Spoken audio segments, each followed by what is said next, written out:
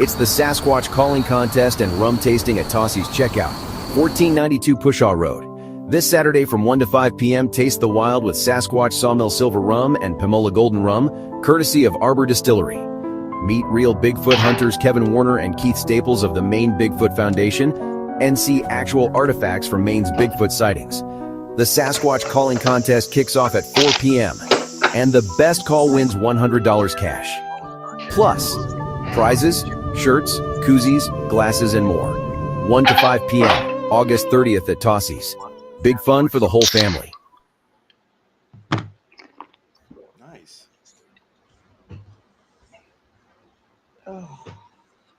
All right, guys. Why is that still showing on my screen? Bobby Lee! Bobby Lee, we need your help, Ryan. Yeah. Well, I got the coffee. All right. There we go. There we go. Well, I already see that we got some people jumping on. And first of all, I'll probably play that again here after a while. I liked it. That was maybe. Cool. Yeah. I think the gentleman's name is Pete Henson, and he's the owner of Arbor Distillery up in Maine. And I'm actually curious, once I looked at their website, and he was telling me through an email earlier today about one of the rums. They make three different rums, and one of them is called the Bigfoot Sawmill something Silver. So yeah, I was browsing on their website, and it looked pretty good. So wait, so they're gonna have a Bigfoot event and whiskey tasting? That's what I'm made to believe? I believe that's correct. Dude, I haven't had a drink since 1997. I would love to sit back in a corner and enjoy that. I will be drinking his stuff. I'll drink his side. Yeah, you know what I mean? Seriously, that'd be interesting. I see a lot of people. Can I say hi to some people? Yeah, please, because I see we got people jumping on the live chat. So yeah, go ahead and get some shout outs. Brian Terrell from Red Dirt. What's up, my brother? Ghost Girl's here. What's up, Ghost Girl? Henry, Denny. Look at this, man. I don't know who Robert is, but hi, Robert. Mary Newberg's here. What's up, Mary? Wow, look at all our friends. We love you. Welcome to the world. Excellent. Remember, guys, up in Maine, there's a big party happening this weekend with whiskey and Bigfoot. Woohoo! That's right. Last night, Jim, we're about to get down and crazy. Oh, I'd love to do a Bigfoot call. Hey, Rich, want to make $100? Let's go. Oh my God, yeah, let's do it. Yeah, you have a chance to. Yeah, you have a chance to win $100 through the contest. So, Kurt W. Look at Kurt W's here. Yeah. So, some of the names you may not recognize are probably ones that normally jump on. Yeah. Hey, Bruce Davis. Yeah, we got like Robert Dubin. Yeah, he's the only one of our regulars. Yeah, spread the love, everybody. Let's go. See, this is what I like, man. This is what Wojo and I talk about, was that building a community that understands each other, works together, and doesn't. And you brought it up on our show as well, and research, and in a nice way. You know what I mean? Rather than go, hey, I didn't find it. That's got to be fake. You know what I mean? Because that's like the whole research world sometimes. Yeah. And I'm like, what are we doing, man? We're not going to get anywhere with that garbage attitude. You know what I mean? So that the people that I'm seeing on the right, man, I just love them. They hang out with us all the time. You know what I mean? So, and maybe Dave and Melissa will too as we go forward. We'll see how it goes. Melissa don't like you. We got to bring you back up to level. Podcast so far. What's that? I'm sorry, sir. I said we watched some of the podcasts and everything you've done so far. I enjoy them. Mm-hmm. Oh, thank you. Thank you very much. Thank you. Appreciate it. It's even better when I knock Wojo off the stage and it's just me, right? Isn't that great? You don't dare to talk off with my hat on. You cowboy. Shut up, cowboy. Why does Wojo look like Kung Fu Panda?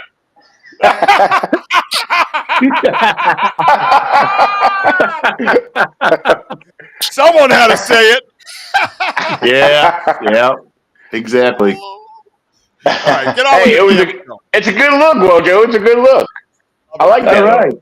Yeah, we're gonna make stuffed animals like that and put them on a merch store. Kung Fu Wojo.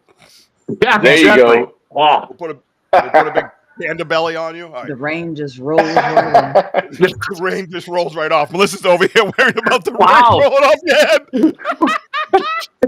Oh my God. The rain just rolls off. Yeah, the rain is there. Oh, Brian, We this should have hat a- fits. Hey, we should have a segment called Melissa's Corner. The Yeah. rain just rolls off his head. Yeah. That's where she was, bro. Yeah, that's what she was thinking about. Actually, when I was a kid, you know the Cabbage Patch dolls? Yeah. Well, there was a version that also came out of Asian dolls. And I got a little boy doll, and he had a hat just like that came with him, with a little birth certificate, passport. And Wow. And those are big bucks nowadays, right? Yeah. Are they still a bunch of I see D in here. Everybody be on your best behavior, D. Who? Patrick Doyle's here. Oh, wait, it's not my show. One of my moderators for our live events, and as soon as you say one wrong word, you get boom, you're gone into space. I think it would be great. We'd make a Cabbage Patch. Oh, Robert Dean Wojo. Here in Metro Detroit, we have a well-known sports writer with the nickname Wojo. Well, he stole my name. That's it. I want his real name. I'm going to make a phone call. Copyright. Hey, no, relax. Your name's the Wojo. Stop. Yeah, that's true. I am the. Yeah, we're good. We're good. I just saved your life, bro. Yeah. Wait, But hey, he's a great sports writer. I'm a huge sportsman. Where did our host's head go? He's. I think he's behind the woods. Oh. Ah! See, we're frozen. Stop No, doing I'm that. sorry. I was being disturbed. I had people coming in the garage here. So Yeah, we're frozen right now. Me and David, we're frozen. Yeah. Oh, but I'm going to tell you, you both look great. You don't have any awkward face right now. David's just sitting back like, this is a bunch of bullshit with these two clowns, right? And Melissa's like, wonder when the rain's going to come. But you look great, because a lot of times when I freeze up, I have one of those weird like faces. You know what I mean? Always. Yeah, I've never froze up before. Oh, that's well, that's weird because I mean we hear you. You guys are coming through very loud and clear though. Yeah, it just looks like a still photo of you guys. So let's get on with the show. Welcome everybody. This is a picture of Dave and Melissa. Yeah, we'll put yeah, see, there we go. Good grief. Got you on the solo. Well, Joe, I think we're a bad influence. I've been frozen before, but I was like, what was I upside down, Rich? You're like, what? Oh yeah. When you I look like I'm already trying to go to sleep. Talking about Frozen, somebody in the live chat mentioned something about about a frozen Bigfoot. Where? I see Tim Vogel. Let me see. I'm scrolling back through to see if I can find it here. D-Hoot, say it again, and I'm gonna have you kicked out. Hold on. Oh, Michelle Wilfong. Hi, Michelle Wilfong. Go back out and try to log back in. Yeah, I would try. If you just even leave the studio. I'm gonna try that. Pop back on. Yeah, hurry up, because Yeah. we're gonna miss you. Don't leave me alone here with these two yahoos. Please hurry. Yeah, because there's a question on here. I'll wait till they come back because there's a question on here about somebody's asking about Virginia. So we can talk about Virginia here in a little bit. Yeah, that would be their you guys' expertise, right? Yeah, I mean, if you guys for who the one that just asked that, I mean, what exactly or what specifically were you wanting to know about Virginia? That will kind of help us. Well, D-Hoot says, tell us about Virginia. There we go. Hey! Welcome back. I like this much better. I'm further away from Mojo. I know. You have to break us apart. David, David and Melissa, while you guys were in and out there, what can we tell people about Virginia? They're asking, what could they tell? What could we tell them about Virginia? I mean, besides we are it's a beautiful completely state, surrounded by the Blue Ridge Mountains. Oh, Yep, Shenandoah Valley, along the Interstate 81 corridor, I-81 corridor. So is that west, central, or east for us? It's northwest, pretty much. So western part of Virginia. Gotcha. Northwest. That's where Rockingham County is where we're located at in Virginia. Okay. Yeah. All right. I think I know that from like Live PD or something. I don't know. Yeah. Were there any You got the Blue Ridge specific Mountains, and just to the west of us, we have the Appalachian Mountains. Yeah, you got both Yeah. sets, and I love the Blue Ridge. Blue Ridge is gorgeous. I love driving through there. The strangest thing for me Absolutely. is when I looked up and saw cattle on the side of the mountain. So what the Oh, hell? they're everywhere. Well, they look like they were gonna fall. Are you guys all right up there? You know what I mean? They were like all leaning over my car. I'm like, hey. that and a lot of poultry houses? They do a lot of poultry, turkey and chickens there too. Oh, I bet there's all kinds of things. Yeah, All huge kinds. poultry producing county. Yeah, Daniel, you better get hurrying up and asking them questions, bro, because the interviewer and me's coming out. I need to know things. like, Ask your questions. You talking about the ones on the chat? No, your guests, your other guests, David and Melissa. Like I get to thinking when I start hearing, people from other areas and stuff and talking Bigfoot and paranormal, apparently all cryptids. I mean, I'm curious to know. You know what I mean? Like how does one, walk out the door in Northwest Virginia and become boom cryptid and paranormal? Is it from an experience? Is it from, you know what I mean? Like how we watched something the other day. Who was it, Wojo, that walked out in their backyard? Oh, Paul Frazier out of Ohio. Yeah. Yeah. He's like, I basically live in the woods. So he opens his door, he walks out, and he's in the woods. And he's bound to run in or hear something in that way, right? Yep. So, and that's same with me. When I went out my backyard, I had 3 acres of land, and I had an experience, like many years of experiences with Bigfoot. So, like, how do you guys get into that? Like, how in Virginia? Like, how is it? You know what I mean? You go out, you just found Bigfoot one day, or cryptids, or ghosts. Well, as far as our background is, we met Daniel about 5 or 6 years ago, and back up a little bit further than that. We both have had paranormal activity as kids growing up, as well as in the house we currently live in.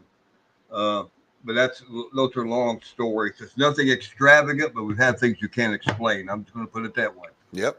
I've always been interested in the paranormal and Bigfoot. I always watched shows and stuff growing up and whatnot. And after I retired from my 2 careers, retired Army, then I retired from the sheriff's office here back in 2018. Now we have more time to get out and about. We met Daniel shortly thereafter, and he told us about what he was about. Met him at the mall, had his little booth set up, and he invited us on one of his campouts, and we've been part of the group ever since. We have not had a sighting yet, to be frank about it, as far as Bigfoot or any other kind of cryptid that people talk about. But now we have heard things that we can't explain. Melissa had an experience a couple of years ago out at Elkhorn Lake. Our research area here, if Dan hadn't told you, encompasses the George Washington National Forest and Jefferson National Forest. Both of them combined a little over 80,000 acres, which comes up to 2,800 square miles, something like that. So it's a pretty large area.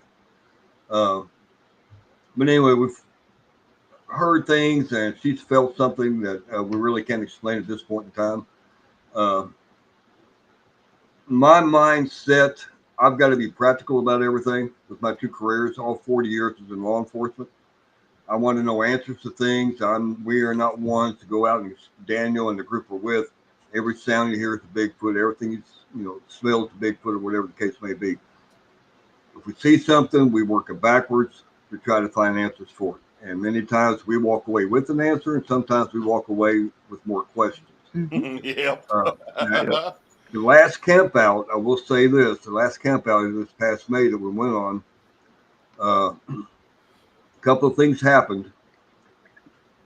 Drew, he's from Richmond. He comes to camp with us he'll drive in from Richmond, about an hour and a half away from us, and camp with us. He had an experience one night, couldn't explain 2 entities or 2 things that he'd seen out in the field where we left him at without a radio. That's another story within itself. Oh, yeah.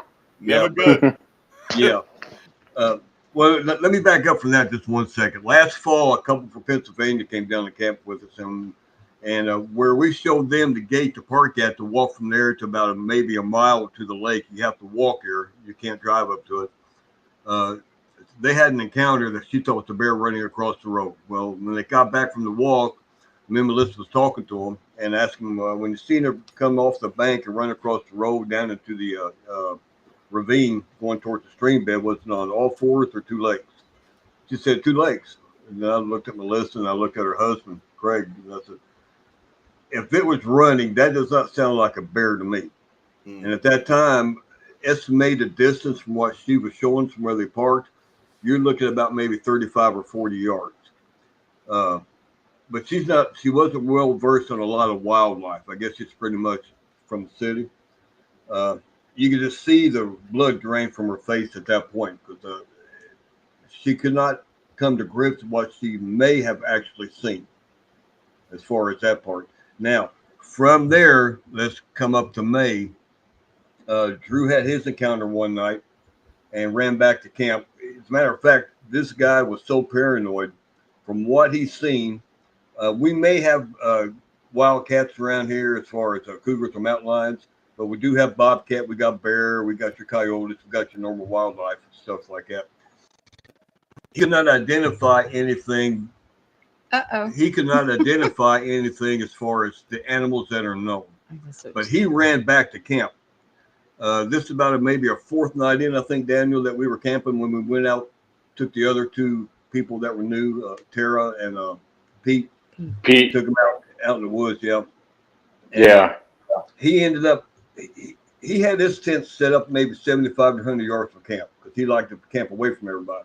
He was for the record, he does that all the time. Every time he camps with us, he always got to be the oddball. I just wanted to throw that in there real quick. But when he had his encounter, when we got back from the walk, I had to help him carry his tent from where he was to bring it into our campsite. He was that paranoid. He could not explain what he'd seen. Yeah. But now that night he had that. When he was having that experience, we were up at the gate where the couple came down from Pennsylvania Park that had their encounter last fall. We were showing Tara and Pete around in that area.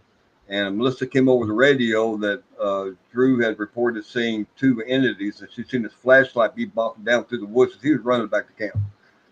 And so at that point, we broke away from what we were doing and started back to camp. We got about halfway back to camp and probably within 200 yards of where Drew had his encounter about 20 to 30 minutes earlier, because that's a pretty good walk, because we walked from camp to the gate. We didn't actually drive to the gate. With most of it, I usually walk with my dog Luna in the dark, and because I just don't want a lot of lights around for the most of the time that we're out there. But as I was walking ahead of everybody, I seen this ball of light, probably about maybe 6 inches in diameter. Now, I've never seen lights in the woods. It wasn't up in the air. It wasn't in the sky. It wasn't off in the distance. When I looked over to my left, I seen this spherical ball of light, a real sharp ball of light. Wasn't reflecting any light like a flashlight in the woods. And it moved just a little bit, but pretty much stationary the entire time. And I observed it when I seen this for about maybe 2 seconds. Then I got Daniel's attention. Then Daniel looked over, and maybe 1 or 2 seconds after he looked over, it flared up a little bit and went out. I can't tell you what that was. I had my thermal. Daniel had a thermal. We got our thermals out. Checked the area because it was about maybe no more than 4 foot off the ground and no more than 40 yards away from us. And I got on the radio. I called Melissa just to make sure no vehicles was traveling down the gravel road where we were camped at. There were no vehicles in there. As a matter of fact, I think we were the only ones out in the entire area camping that night because it's a primitive area. It's not a campsite where people pay to go, or you got 30 trailers, side by side, a lot of families and stuff. It's a primitive camp area. And nothing was going on around the campsite, so we was able to rule that out. Thermal ruled out any body heat, no deer, no nothing. Of course, deer's not going to put off that kind of light. And if it was somebody with a flashlight especially, you'd have seen the beam from the light. It would have come through the woods, and you'd be able to tell it's a flashlight. And probably lit us up because it looked like it would have been pointing right at us. But everything was dark except for when you seen that spherical light. Now, we had a little bit of ambient light coming through the tree lines, okay, to where it wasn't totally pitch black. You could see the images of the trees and the surrounding vegetation. And I can't explain I've never seen nothing like it before. No heat signatures from anything with the thermals. Uh, Gary got a brief glimpse of it. Now that's got me raising more questions. What the heck did I see? Now I know Daniel had experiences with lights in the woods up in Pennsylvania a few times he was up there. I don't know how that compared to what we've seen, but it didn't have any color to it. It was a real crisp, round light. And for just seconds, I don't know how long it was there beforehand, but just seconds from the time I seen it and Daniel seen it, it just went out. Jesus. I can't explain it. Now I'm wanting to get back out there some more, and we may never see nothing like that again. I don't know, but this area is known for Bigfoot. Mhm. There's a lot of sightings around here. I got a question. I'm sorry. Yeah, go ahead. So when you see this light, I mean, you saw it too, Daniel, right? Mm-hmm. Yes. So what do you put it with? Do you put it with the paranormal, or do you put it with the talk of Bigfoot having the woo and the orbs and all that stuff, or just I don't know and chalk it up for unknown? And like, is there any Yeah. relation? Was there a sighting right after, before? You know what I mean? Like, I know it. Well, at this particular time and moment, I mean, we could carefully, I believe, comfortably say that we could put this in the realm of the paranormal, only for the fact that a lot of paranormal activity, a lot of it's unexplained by science, so we don't know what we experience. Um, Yeah. by saying considering it or relating it to paranormal, I mean we're not saying it's this or that. It's kind of like in between. It's unexplained. But I've gathered a lot of information from different people in various sources. I mean, both I and David and Melissa, we've all read up on various things. We know about the Brown Mountain Lights that's happened, here in Virginia and down in North Carolina. So there's been other sightings and other reports of information that I've actually looked up that, if you will go on, there's different articles under the Reddit app, which I never really got into reading too many of them, but there's other ones that people explain or talk about seeing strange, oddball, unexplainable lights on their own property, you know? In Bigfoot Now, country? as far as what's that now? In Bigfoot country, mainly, do you think? I mean, like when you read about these on Reddit and stuff, are you finding that they're in Bigfoot country, like where there has been sightings? Like David mentioned, there were sightings kind of around Yeah, there. Are you some finding yes, but that? some of them don't always. Some of them don't always give a description on location. So Yeah, some of them do. yeah. There was actually a podcast, David, if you recall, there was one I shared with David about a few weeks to a month ago, where I came across it. It was about, it was, I forget the gentleman's podcast name, but he's got a big podcast channel, and he had a guest on there that used to live in Virginia. He lives up around Maryland now or something, Maryland or West Virginia. Anyway, he had during it was over a 2 hour plus podcast, but he had a situation where he actually seen what he described as orbs, not just stationary lights, but moving around, floating and going across the property. And and these orbs, as I heard somebody else say not long ago, that they were moving and going around the property, like not hitting nothing. Mm. And I feel bad for not remembering who quoted this, but it makes a lot of sense that these orbs displayed intelligence by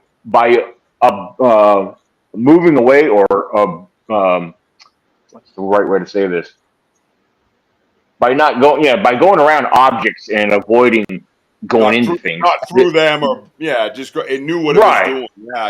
Yeah. To them, they say that was displaying intelligence. What are these words?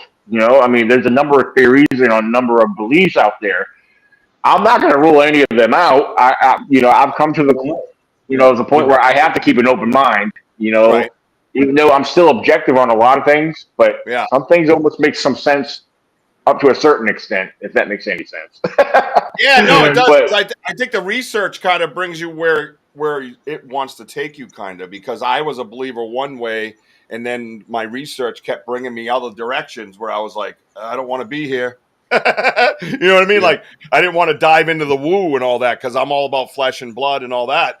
But then sometimes there's something else there that makes me go in that direction because I'm looking at it or I'm experiencing it. You right. know what I'm saying? So it's kind of wild in that sense. But I was just curious because of that, the light. Yeah. You know what I mean? Well, the thing about that light is just to draw that area, and I would probably say you could probably encompass maybe a quarter mile in that area.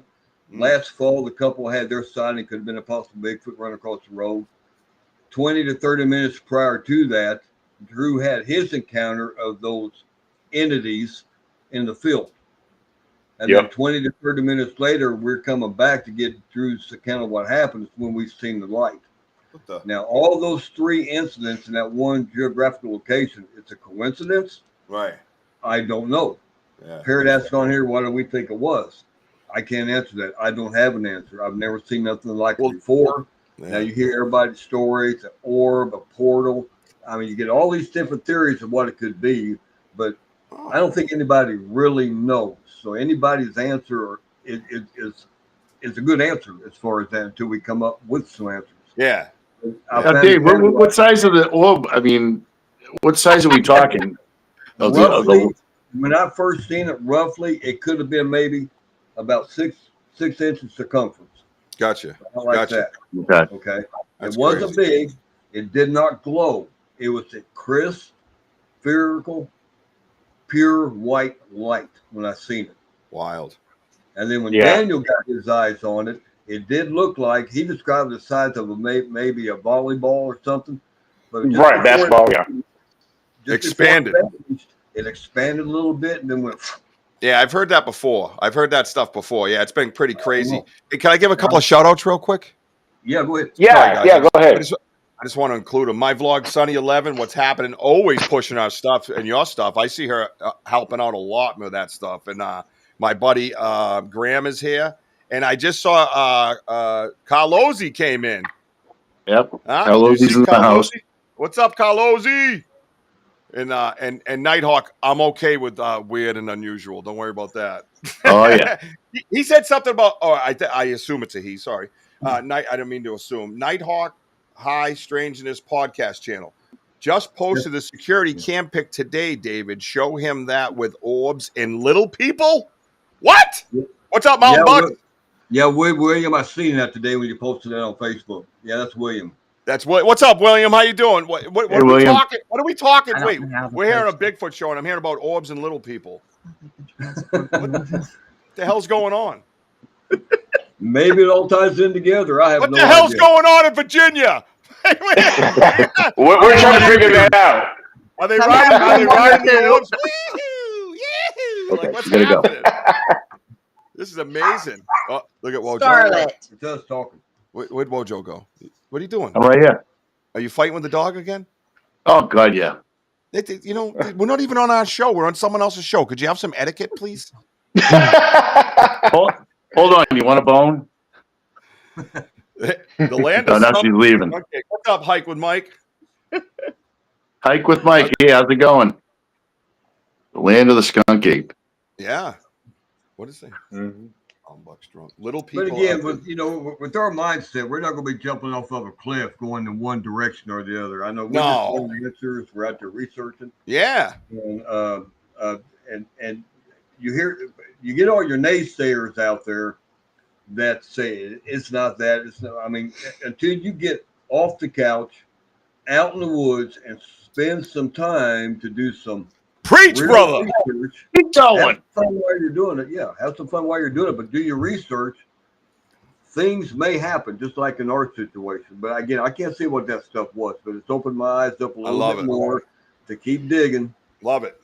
And going out there. I mean, we like to go out and camp in the primitive areas with like-minded people to have fun, enjoy wildlife. It's multifaceted, not just strictly research.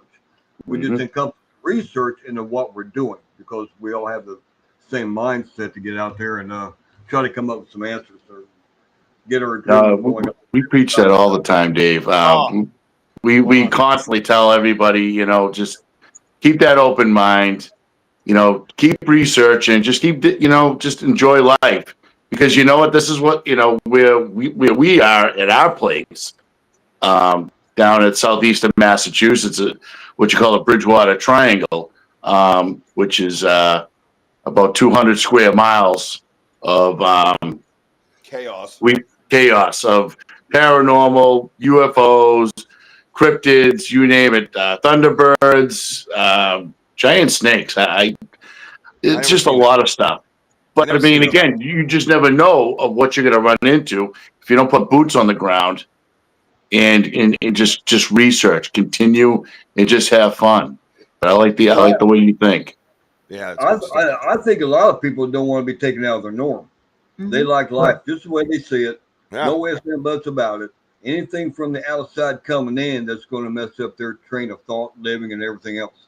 And if they could have seen what me and my entire family seen one night sitting at this table, when a 30-pound metal stool come flying from behind a stand-up freezer in the wall, right about maybe 5 feet from us, about 4 foot, land on the ground floor behind my son Justin, and we were all sitting there that night. How do you explain that? Melissa, how do you explain that, Melissa? I don't know. Just like I can't explain when I had my hair pulled last year. Did you throw the stool? Did you throw the stool at him? Tell the truth. Nope. I wasn't even sitting anywhere near it. It was wedged in between the wall and our freezer that we had there at the time. And it just all of a sudden just up and phew. Yeah. That was it. Just everybody just stopped in their tracks. We were sitting down eating dinner. That's what we were doing. Yeah. But I didn't have any in-house security cameras at the time. But now that we got Luna a couple of years ago, I got some. And so when we were working at the time, I was doing a little bit of part time. I even got rid of that, but we could bring it up on your phones, make sure that she wasn't tearing nothing up. She has, and so forth. It's been a good dog. But one night I was on the computer and I got it on. It's on my YouTube channel. Yeah, it's on my YouTube channel too. But she was sitting here doing something at the table. She said something just pulled her hair, and I'd seen her moving around a little bit when I said, "Yeah, right." And she was dead set on finding out. He did not believe me. The next morning, she was going to pull that video. I said, "She ain't touching my camera. That woman is not going to touch my cameras." Okay. So I pulled the SD card out of it, I put it in the computer and downloaded the footage, and I'd be daggone. When she was sitting there, first you seen this little, it looked like there wasn't no bugs flying around in the house because that would have been picked up by the lights and everything. And this was at nighttime. So a light about maybe the size of a quarter or less was right about here. And it entered right here. And when it disappeared on this side of her hair came up like this. Woo! Oh, nice. Straight up and down. Oh, that's awesome. That's awesome. Yeah. And you see that a lot in paranormal film where something enters and jumps, and you can actually I did paranormal for 10 years with my family. So I've researched many times, and we've had many, many experiences. And it all started when I was 7 or 8 years old. There was a lady standing in my bedroom. And for 3 nights, she just stood in the same spot, and I kept running through her to my mother's room. The third night, she was closer every night. The third night, she was sitting on my mattress, rubbing my hair, telling me everything's going to be okay, Richard. And I just ran, and I told my mom. My mom goes, "All right, describe her." Like, all right, we're kind of done with your little kid shit, And I'm like, well, she's got a little bun in her hair. She's in black. She has this like ruffly thing on and a pin, and she limps, Mama. She limps. And I remember this being wicked animated, and my mom and dad were divorced, and she ran for the phone as fast as she could to call my father. And unfortunately, we don't have the technology then that we do now. So all the excitement was over by the time she dialed the damn number. I'm like, all right, because now we just hit a button. Back then it was like, brrr, brrr. And I'm like, come on, get him on the phone, like something happened. Rotary phones. And she says, Richie just described your mother to a T to me, who died when he was 13, right down to her limp and what she was buried in. Wow. And I remember that's all. And when I was a little kid, that little phrase right there, it was so vivid. It's so clear, even now as a 54-year-old grown man, that it just blew my mind. And I forever have had a connection with my grandmother where I've been gifted her rocking chair from a second cousin. I've been gifted a Bible from like my father's cousin's uncle's roommate, with her writings in it. You know what I mean? For some reason, these articles, of her items keep finding me. And to the point where my 5-year-old son his middle name is her maiden name, Brooks Walker. So it was pretty wild. So that set everything off for me paranormally and opened my mind to Bigfoot. And that was okay. I didn't go looking for Bigfoot. My story was I owned 3 acres of land in the Bridgewater Triangle, and I heard walking around and trees breaking and snapping and everything else out back. And I went out there to kind of look and listen. And it just kind of kept happening for for like a year and a half, 2 years. I didn't think much of it. I was like, huh. But my land bottlenecks, and it would make my mind turn when I went in the house. I would go in the house and be like, yeah, but how would they get in there? There's a river out there blocking that way. There's a neighborhood blocking that. Maybe it's one of the kids from that street. And I'm thinking, I'd go through all these rational thoughts. And then it happened to me in pitch dark around 10:30 at night where something was walking around, breaking trees, snapping trees, and I could hear the footfall, but there was no headlamps or flashlights. And I was like, oh, shit. So I went inside, and I remember I was up to like 3 a.m. going, what the hell could be out there without a light? it just wasn't computing because the rational part of me was fighting, like kind of what you're talking about, like you don't get all grandiose with your theories on that orb. I don't know, you know what I mean? I'm curious, I don't know, but that's what happened to me, and the rational side of your brain takes over, and then I started having more and more This experiences. August 30th, the legends come alive in Glenburn, Maine. It's the Sasquatch calling contest and rum tasting at Tossie's checkout. Just tell me to shut up next time. It's like 30 seconds of talking. Jeez. Well, that's right, ladies and gentlemen. We're about to get down at the checkout in Maine. We're going to drink some booze and talk about some Bigfoot. Back to you, Benoit. No, that was not supposed to come up like that. I'm sorry. Okay, You got kicked out of the store, man. I know, man. I guess that's karma for Wojo. I kicked you out. I'm trying to remove that off the. I'm trying to remove play it. Let everybody see it. Play it. You cut it up now, damn you, Benoit. Play it. 1492 Pushaw Road. This Saturday from 1 to 5 p.m., taste the wild with Sasquatch Sawmill Silver Rum and Pomola Golden Rum, courtesy of Arbor Distillery. Meet real Bigfoot hunters Kevin Warner and Keith Staples of the Maine Bigfoot Foundation and see actual artifacts from Maine's Bigfoot sightings. The Sasquatch calling contest kicks off at 4 p.m., and the best call wins $100 cash. Plus, prizes, shirts, koozies, glasses, and more. 1 to 5 p.m., August 30th at Tossie's. Big fun for the whole family. Awesome. Thank you. Hello, Elder Medicine Bear Claw, one of our favorites. Hi. In the whole wide world. Hi. Tansei. Let's see. Oh, Mountain Bucks is here. I think I yelled hello to Mountain Bucks. While Daniel he's trying to figure out how to get the video down. Stand by, everybody. We're doing that again? Jesus. So, Daniel, did you have any main subjects on the Bigfoot Roundtable that you wanted to talk about? Is there something you wanted to kind of go after? Or? Well, there's a couple random things we'll get into, but I do want to make mention, as David brought up about what we witnessed there during our last camp out, and how I witnessed and experienced some strange lights. And I believe I may have mentioned or spoke of this when I was on your podcast. The lights that I witnessed and experienced up in Pennsylvania, there's no comparison to what we saw in Virginia. Because, the first set of lights looked like a bunch of flashing stars of various colors in a small cluster. The second set of lights I saw also up in Pennsylvania. Now, there was about 4 different lights, but they were stationary, and some people would describe them as orbs, but I've always been told that orbs move and float, all around. Again, these were stationary lights, but they weren't like the lights that me and David experienced down here. These lights were like a I don't know, but at the distance I saw them, might have been a little further than what me and David saw. But they were like bluish, like a blue dim round light, about the size of softballs. And they were kind of spread apart. There was 4 of them. So, but I wanted to make mention of that for those who never heard of this or me talk about this. But I just thought that was interesting. I took notes of this. I'm not saying, well, that's what these are, that's what they were, or, whatever. But also, I have to keep in mind that there's a history of Bigfoot sightings in these areas. Is there a connection? I don't know. But, like David explained and mentioned that we haven't experienced other weird things in this area. There's been Bigfoot sightings.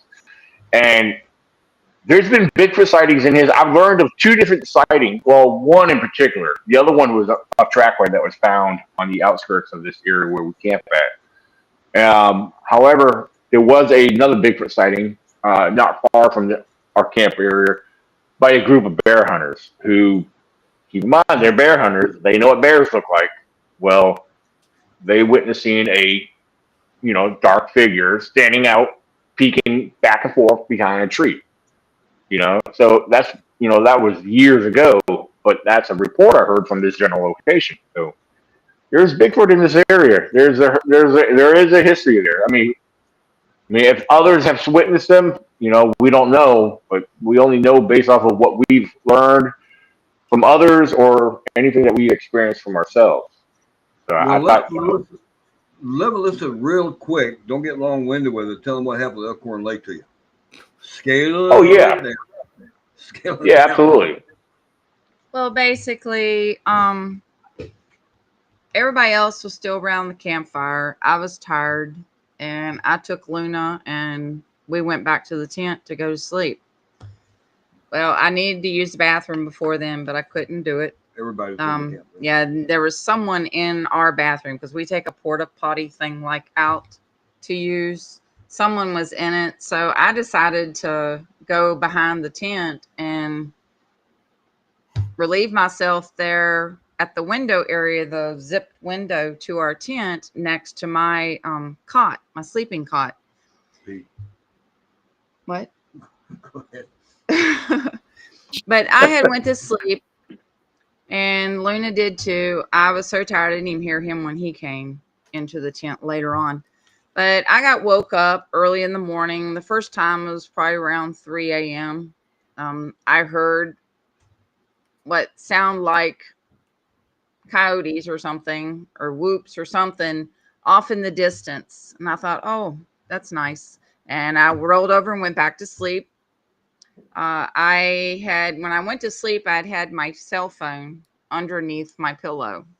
But then around 5:30 in the morning, I got woke up again by the sounds of it. Sound like several, at least three creatures unknown. I don't know what they were. I never seen them, but they were outside my windowed zip tent area, and they started getting really loud. They were like, it was like they were talking over each other. They started whooping. Um, that's how it sounds like. There was three of them, and the whoops just got louder and louder. I tried to wake David up. I tried to grab my cell phone so I could try to record it, but I couldn't. Um, Luna, she had also woke up. She heard the sounds too. She was reacting to them too, but she was still a pup at the time. And she just, She stayed quiet. yeah, she stayed absolutely quiet. She just kept looking towards the window, towards where the sounds was. And she kept looking at me. And I could not get David awake. So I got the bright idea that while I Hey, was still man. on the cot, that I would unzip the window just a little bit to make the sound come in a little more so it would wake him up. And the minute I did that, it went silent, and you could hear those little creatures just running through the woods to get away. Damn. It was almost like they were a bunch of kids that got caught in a cookie jar with their hands in a cookie jar. They The sound of their voices, it sounded like they were probably about 3 feet up off the ground, um, head flush with my head as I was on my cot. And I looked around after we woke up. I tried to look around, but by then I was starting to feel sick. I was feeling nauseated. I had a really bad headache. I was lightheaded and dizzy, and I couldn't understand that part. I did go out to the other campers because everybody was starting to wake up and gather out to get their coffee and stuff, and no one else heard it. I was the only one, me and Luna were the only ones that experienced that night. I don't know what it was, but the sounds, I can't get them out of my head. I have been all over the internet trying to listen to different vocals, and I cannot hear that sound. And the way she And felt for a good while after that, there's a lot of people saying she may have been hit with that infrasound. Possibility. yeah, I've never experienced that before. That was very strange. The headache I had for probably 3 days after that. And the lightheaded and dizziness went away after about 6 to 8 hours. Um, but I was just drained of energy. I think I remember I went and laid back down after we ate because there wasn't really anything planned at that time. But I was just, it drained me. I don't even, I can't make sense of it. Has there any of you experienced what they call infrasound? Oh God, yeah. Oh, Yeah, God, yeah. We actually believe we have it on recording. Good. Yeah, we actually believe we have the low hum on record, and we believe we have the high pitch on record, which sounds more like a digitized type sound. Because I heard it with my own ears, and then we played it back, and then other people that time heard it as a low frequency. But I said, no, I heard a high pitch like a. Remember that old kind of radio sound, you know? Yeah. And we got that on recording. And then we were all standing in a circle one time in our research area, kind of going over the events of the far side, the Farley, we call it, and talking. And it was getting near dusk, I believe, right, Woj? Was that near dusk with Lisa and them? Yeah, And it was dark out. Yeah. yeah, and all of a sudden, I know what I heard, but for me, it was like a boom, and it was traveling physically through the woods, boom, like it hit me. How's that? Best way to explain it. It hit me, and then we're in the circle, and everybody's heads came up, and all our eyes kind of met each other, like.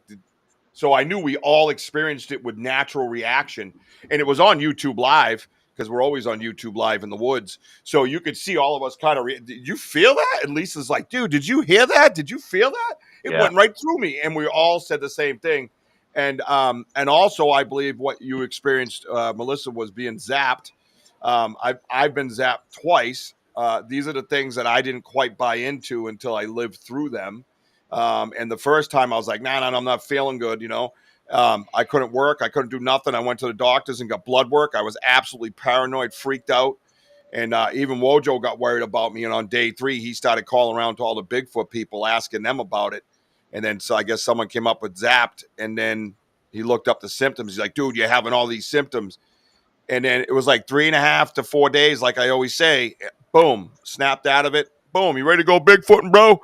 And it was after an experience that they were one of them was crashing. We believe it was one of them crashing through the woods at about 60 feet away from us, and I could see the style of running and the black of the back a little bit through the trees, and then boom, lo and behold, I was in bed for 3 to 4 days, and then we went over to my property to research, and it happened again, almost same distance, crashing through the woods, the whole 9 yards. I get through the investigation. I feel fine.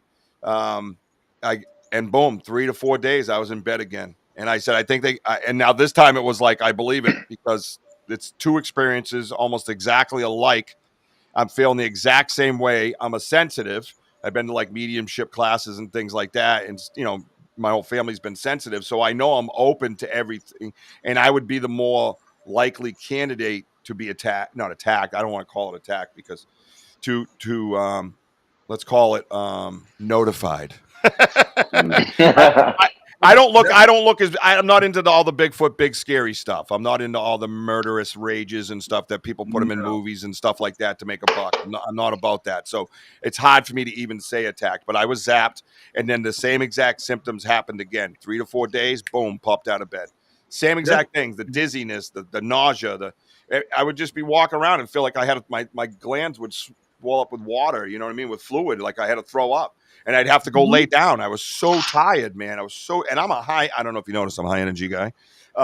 So to have to do that was absolutely crazy. Our producer, Sam, just walked in. What's up, Sam? What's up, Sammy? So I can relate. One of the questions I had about people that say they've been zapped, one of my questions is, I wonder if some people are more susceptible to it, or whoever is creating that infrasound, can they target people? I don't know. That's what I'm curious about. And also with that recording equipment, did you use a regular audio recorder, or you got some kind of specialized recorder that you cut those? Yeah, it's called a phone. I clip my Android right on my chest. on an Earth magnet. He walks around with it, recording while I'm on YouTube Live, so that way we can get different things throughout the woods. And his phone actually picked that up. So I mean, to answer your question, it was digital that picked it up. A digital recording picked it up because the phone. So that raises my gives me curiosity. So the digital recorders, I like sitting out overnight when we're at camp, taking them off in the woods, and letting them run. Yeah. So I need to start paying more attention to that. Then, even though you may not be able to hear it, that digital recorder, like you said, has the capability of picking up the frequencies. It does. Yeah. On my program, I should be able to see. Correct. Then I can just amplify that, but I don't know if I got anything to bring that sound out unless it plays over the speakers. So I got to look into that. Well, when you upload it from your card, like you said, you'll see the little squiggles, and I mean, really, you have to listen to the whole thing. But those squiggles lead you right to the But those ones would probably be a lot lower decibel, as opposed, you know what I mean, because it's kind of under the radar type of thing. So all I know, in other words, all our noise is here, and this guy's like here. That time I heard it loud and clear through the woods. I heard it with my own ears. And I said, "Did you hear that?" And you could hear me on the live going, "No." And they're talking about what, that low hum. And I'm like, no. It was a high pitched digital sound. And I imitated what I heard. So that's the beauty of doing YouTube Live. YouTube Live, there's no bullshit, and nothing against anybody who does anything, edit or producer. I just don't do it because I can't. I'm not savvy like that, so I'm not knocking anybody for it. But when I started watching like guys like like Petikoff and stuff, I really liked his stuff, and I would look through his phone. I'd look for structures, and all I did was use his camera as a tool to try to research without leaving my house because I was a novice. I didn't know what to do, and that's where I started. So when I got out there, I said, you know what, man? I started recording on my phone at first, and then I was like, man, everybody's gonna think I'm full of shit that just happened. And I had it on recording. And nobody's going to believe me. And I'm like, you don't really need anybody to believe you, do you? No, but we want to prove the existence and we want to help them without them getting shot, needing a body, all that bullshit. And I'm like, you know what? Let's just go YouTube Live. Let's just do it. And I brought it out there, YouTube Live. Sometimes it's grainy. Sometimes it's shitty. People complain and bitch, say I'm talking on a potato and can't really believe there's no internet in the woods. Isn't that amazing that some people haven't figured it out that we don't have the technology to get internet in the woods? Is that crazy or what? Like, drives me nuts. Drives me nuts. There's always that one person. Oh, yeah. Like, all the stuff we can afford to take out there with trail cams and the cameras and stuff, it's not high dollar stuff. So a lot of the stuff's going to come out grainy. I mean, they're not built for it. But you know what? You got to work with what you have. Right. And it's grainy and it's raw. It's unedited. And you make up, like a lot of people on the side right now, they're open. There's some of my moderators that are on the YouTube Lives. And they're like family to us. I have a loyalty to them to bring it. And people say, hey, you got a better chance of seeing Bigfoot without that phone. Well, you're damn right I do, because I've had experiences without a phone before. So, yeah, I get you. But if there's 1% chance, as Wojo says with that silly saying, you bring the phone, you get that 1% chance that it happens, we could save his life. The world will see him without having to shoot him. And that's my goal. And if I have to sit there at night and be scared out of my pants, I don't really wear pants, but that's a whole different subject. Anyways, watch the show. So that's my goal. And it's good intentions, and yes, do I have a less of a chance? Yeah, I do have a less of a chance, but it's more important to look at the bigger picture and understand that if I get that one glimpse for the world to see, that we don't have to hear about this body shit no more. Because but we got that one caveat against us right now. It's that damn AI stuff that's up and coming and stuff like that. You can beautiful shot one and put it out there for people to see, not giving away the location. People still going to call it fake. Well, you know what, though? It goes from a satellite right to your face. So if you're that stupid to believe that it's AI when I'm doing it from a satellite right to your face, that I can't. You're talking about live. Yeah, YouTube Live. Yeah. But no, you know what? And even if it's accidental or not, you still bring up a good point, because they're still going to bring that shit up, and there's always going to be that person. I don't need that person anyway. Yeah. I don't need them. They don't know when it comes to AI, there's a good and evil when it comes to AI. I've played around with AI for various purposes, and I've discovered a little bit more when it comes to AI. Yeah. There's some good use with AI if you use it in a positive way. And like I'm starting to learn to use AI to do voice text or voice text to speak. Using for voiceovers on videos, little things like that. And also, I've actually used AI with all these alleged photos on social media where people are posting in these Bigfoot believer groups. That's what they're titled, Bigfoot believer groups. I Several of left them. them all. I left them all. I can't do it. Yeah, because you and I know well as well that there's nothing but junk and hoaxes in there and BS in there. But just to show some other people, I use AI to expose, several images from that group. It's all AI, or it's from this, or it's from a movie, or it's from this. It's amazing.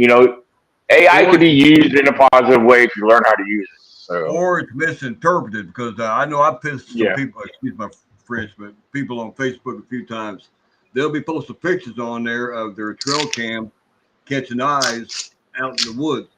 And there was one yeah, picture on there to where you see a raccoon between the camera and the wood line, and you see two little red eyes down towards the ground. The raccoon moves closer towards the camera, then the eyes are a little higher in the ground. The raccoon's moving closer, then the eyes are up there. People saying, that's a Bigfoot. He's standing up watching that raccoon. You can see his eyes come up. That's the infrared reflecting off of the raccoon's eyes as it Yeah, gets we up to the can't. camera. But I with tell cameras, people all the time, if you're going to take equipment out there, learn how that equipment works, right? its capabilities, its drawbacks.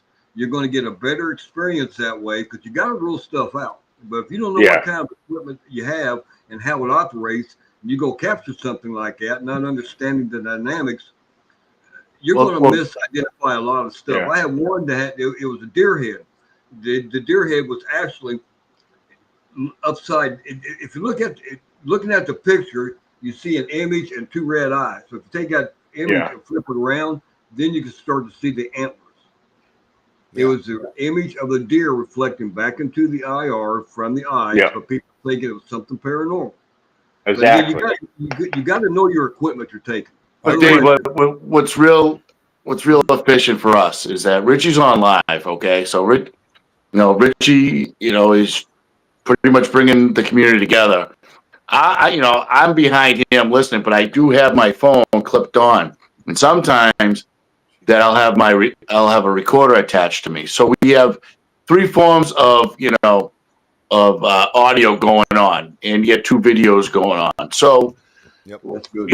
so if Richie's on live, and everyone, did you hear that? Most people can hear, some people can't, but at least I can go back to that same moment of Right. what we just heard, and I would clip it on my phone and I'd send it to Richie and send it to everybody. So that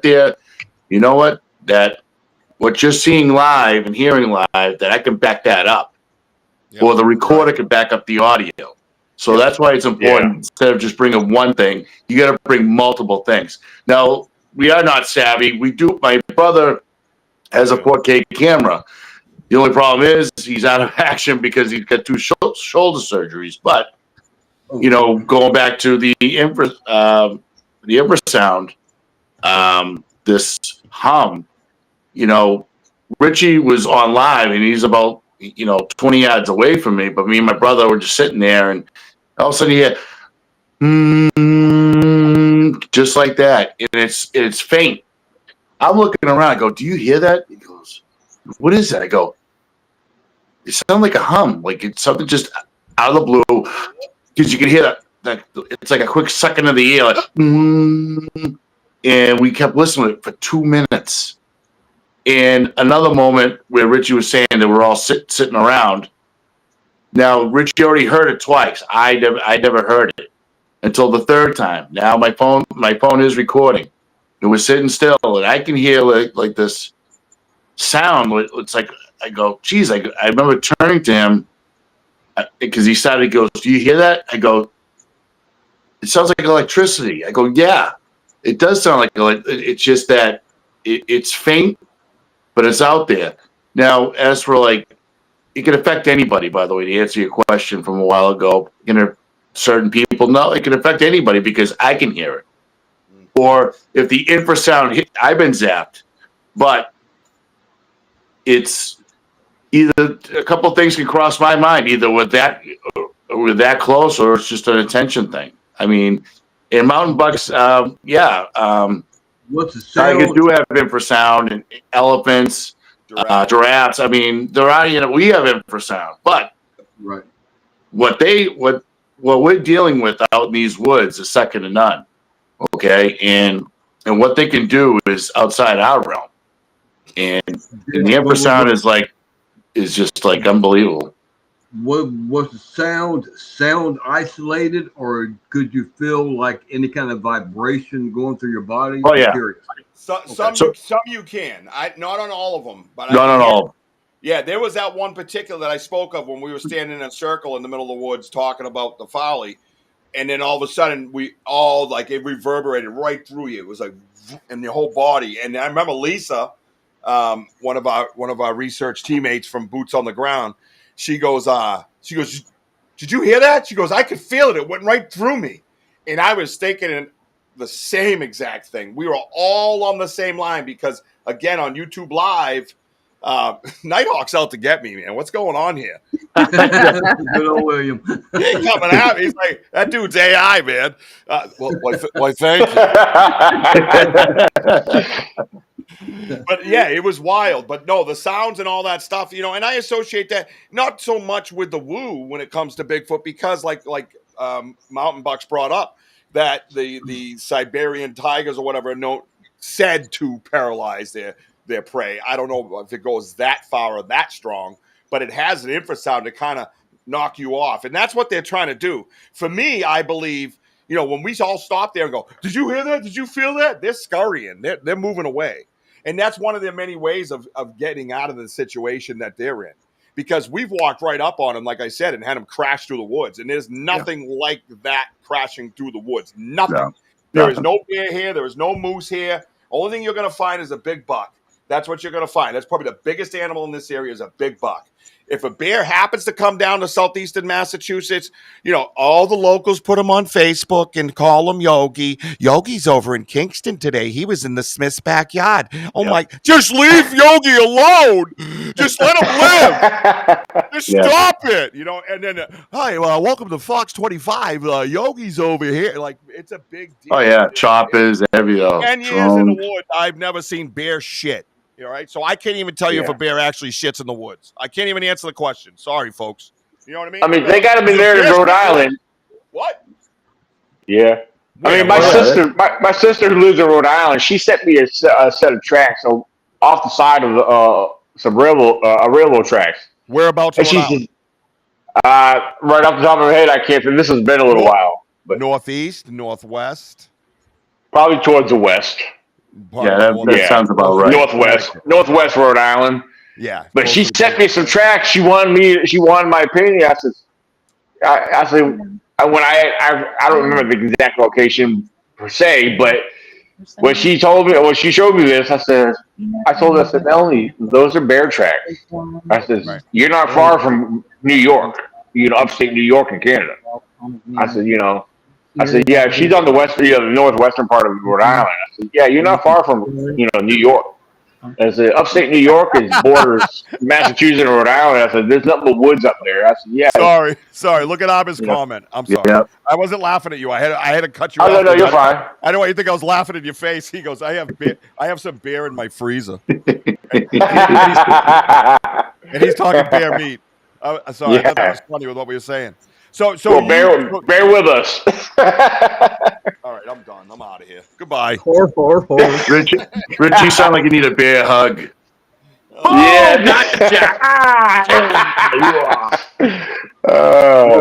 Melissa just asked me a question. I don't have an answer for, but I know what she's talking about. I've never really. Go ahead, Melissa. Yeah. You're calling number 35, Melissa. Welcome to the show. Sorry. Was that out loud? I know I've walked up to power lines with a lot of power going through, and the closer you get, you start to feel that power, the electricity. Very strong ones, yes. Does that correlate with infrasound that you all are describing? Because you can hear the hum. If you're under those power And feel line towers or near them, they're on the Yeah. ridge lines. So all right. It's a So weird feeling. yeah, for full transparency too, with the topic we're having, it. Sorry, hang on. Come here, Buffy. Say hi to everybody. Oh. Hi, Buffy. Hi. No, he's not. No, he's not my grandson. He's my son. Okay, all right. Back off. One of the 83 kids he has. I love you. You say hi, everybody. Do Bigfoot. Woo! I know. Do Bigfoot. Do this. Good job. You say hi. Oh, is that the little guy that I heard on the phone with you earlier when you were getting ready for work? Yeah, that's my shadow. Say hi, Bigfoot. Say hi, Bigfoot. I know that's you. Do you like my Bigfoot? A shadow? Yeah. Yeah. Say hi, Bigfoot. I love you. I got to do this. That's awesome. Okay? High five. Oh, you want to talk to Bigfoot?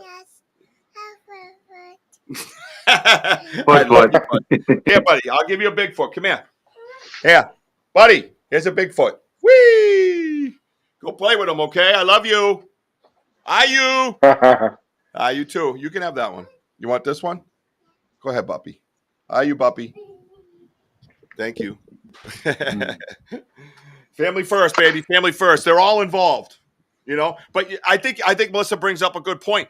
And for full transparency, we have a major river that runs out there, and we do have power lines. They're older wooden ones. Those particular ones you can't hear or feel it, but I have been near the big ones, which are closer to the Hockomock Swamp in the Bridgewater Triangle, and those ones you hear that. Yeah. Yes. And you can almost feel it in some points where it makes you a little nervous, right? You can also see where not much grows in that area either. That's a good point. Great point. I think that's all good stuff. And it's stuff that you have to understand too. With high energy areas, you're going to have paranormal produced no matter what, because we're all energy. That's the bottom line. We're all energy. No matter what we are, our creation is energy. And that's why I'm open to Sasquatch. I feel, for me, a primitive human, closer to a primitive human, but on a higher frequency. We have psychics and mediums that have different abilities, and they're on a higher frequency generally. You know what I mean? So I'm quite open to, Sasquatch being on a higher frequency, having different abilities. And having that little bit of creature in them, perhaps where there's the infrasound and all that stuff that they can do. And they know how to use it. They know when to utilize it. And that's the key. You know what I mean? Like when we're getting too close to them, maybe we get popped with it. He's okay. Maybe we get popped with an infrasound. He did have a glass cover in his hand. So that's a good job, Mama. Makes a lot of sense. But yeah, no. So I think that's a great point that you make, and something that everybody should watch out for and listen for, because that can not only contribute to paranormal but debunk things as well, right? Yeah. So Richie, what about all right? So a little bit of context here. Before we were walking out of the folly that we were talking about. We're nowhere near the power lines, bro, in that incident. Right. And we heard the hum. But before the hum, remember when we were on the main path, Rich, out of Folly, is when we heard the big loud thumps. Right. We heard these loud thumps, like, we're walking out of there. And we know something's there. Because they gave us the boot when they threw the rocks in the water that they probably don't want us to be around. So, excuse me. So we heard the thumping as we went further down the path. And I was further behind the group, and I hear, like, it was just like, whoa, like I looked at everybody, we all froze, like we're like this. Because it like your skeleton just was shaking. It was just like that high energy that just went right through your body. Goosebumps, your hair standing up, and you're like, what the hell was that? So besides the hum, it's that energy behind it that it just blasted you. It's like basically telling you, like, hurry up and get out of the woods.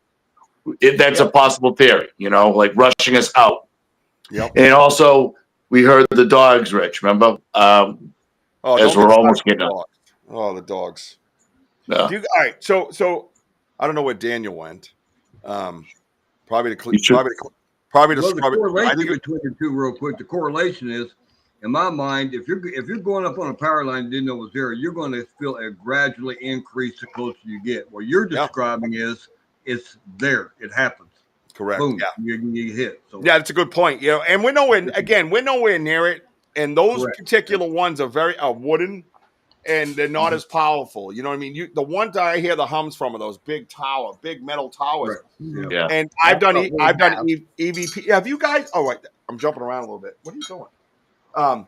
Have you brought EVP EMF recorders and Ovilus out in the woods while Bigfooting?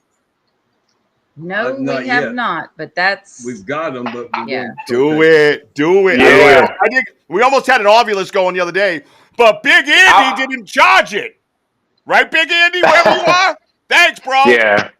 Meathead. Yeah, I have we don't have an Ovilus, but I got an Yeah. EMF bring meter it. in my box. Yeah, I got one of those too, and I was thinking about that myself. I've only played around with mine, like just on and off, around, bring it. like We You walk got that around. We one walk now. around looking for radiation. We have whatever that thing's called. The for guy radio. account. Yeah, Geiger counter, because one of our great guests, Richie Wojo, have been tested for EMF sensitive. Never tested. I already know, but thank you, sir. It said that a print was discovered and it had high radiation readings in it. really. Yeah, and they told us that, so we went and got a Geiger counter, and we decided. And some of the structures we run into, that they do it spikes up. Point 30, you're supposed to get. Point 30, you're supposed to get out of there. We walk into the college, and you have to watch our show to understand what the college is, but it's all broken, busted trees. This big circle, 200 by 200, and it's 11. Then you go up closer to trees, and it's 20, 26, 23, 22, 21. Yep. It's wild, man. It's wild, and that's what's. I think that's what's crazy about us. We don't care. Someone's like, "Hey, put a sock on your nose and run around the woods and see what happens." We're like, we don't. We'll do anything. Yeah, I thought about that after seeing that light that Daniel had. I mean, we used the tools we had with the infrared and stuff. Didn't pick up no heat, nothing like that. But then after that, I remembered I had that one component in my box I always take. But now I'm going to start carrying it with us because, like you say, something happens. That's another tool to utilize to see if there are a strange reading in that given area where you had your experience. Yeah, no, You learn it. You live and learn. You do. What you want, puppy? No, I think that's great. And to answer D Hoot's question, on our river, there's kayaks and canoes, possibly maybe once in a blue moon. Nothing motorized on that river. No. So I don't know if she's talking to us, but I answered the question anyways. Hi, Sarah Smith. How are you? Hey, Sarah. Let's see, Henry, that cam from Squad. Yeah, I mean, like Dave was saying, when we go out there, we go out there. Well, for one thing, when we do our camp outs, we're going out there to have a good time, to relax and enjoy ourselves. But when we go to explore, yeah, we're hoping that we find stuff because we are going out there to look. We want to find evidence. Now, for one thing, it would be exciting to come across something that we can't explain. And then on top of that, if we get to find something cool and experience it, we get to share it with people because that's where the filming comes in. That's why I've been filming and documenting everything, and now it's become, a series now that we're starting. And for those who don't know what I'm talking about, there's a new Bigfoot show film series called Bigfoot Explorers, and it's coming. It'll be streaming soon on the Fossum Network. And if you're not familiar with Fossum, it's a free live streaming network. I shouldn't say live, but it's a free streaming network, just like any other streaming network that's out there.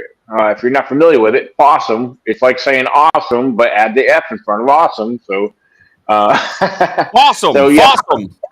Yeah, it's an awesome network. So,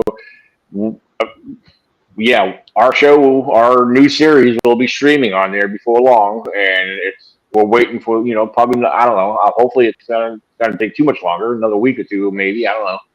But yeah, Bigfoot Explorers. It's part of what we do. I film and document everything that we do, our experiences, our findings. We're raw, we're uncut, we're not scripted like Expedition Bigfoot. We're not scripted like Finding Bigfoot. We're not set out there for your entertainment. It is what it is. Like it or leave it. You know, if you want entertainment, then watch the shows on TV. It's all entertainment. But if we find something real, it's what it is. You know, if you don't want to watch us, watch Richie and watch Wojo out in the woods, because you know what, they're the best. We're the next best thing next to them. So. If you can't find anything, you can't find Bigfoot, then you get to look for rocks. There you go. Thank you, Melissa. It was one of the. Put on the hat again. She's looking for the rain. We look for rocks. We don't snort them. I think she's looking for rain. Yeah. And See you, Nighthawk, William. Yeah, there it is. I'm a rock hound. I admit it. I have a rock hound addiction. You guys have a gifting area out there at all? Because we have a gifting chair that we put things on. Not per se, but it's something I think would be a fun thing to do. I mean, it wouldn't hurt. I don't think it would at all. I think it. No, not at all. We're at the Sorry, point where Rich. I have to throw this out here. Go ahead. Listen, think outside the box. If you don't do it, you get this. You get 0. But if you try something, you're going to get 0.01%. So you're going to get something out of it. So that's why you think outside the box. Where is everybody? And why am I Wojo. Yes, sir. Wojo, we can see more. We can see more of that hat if you turn your phone sideways.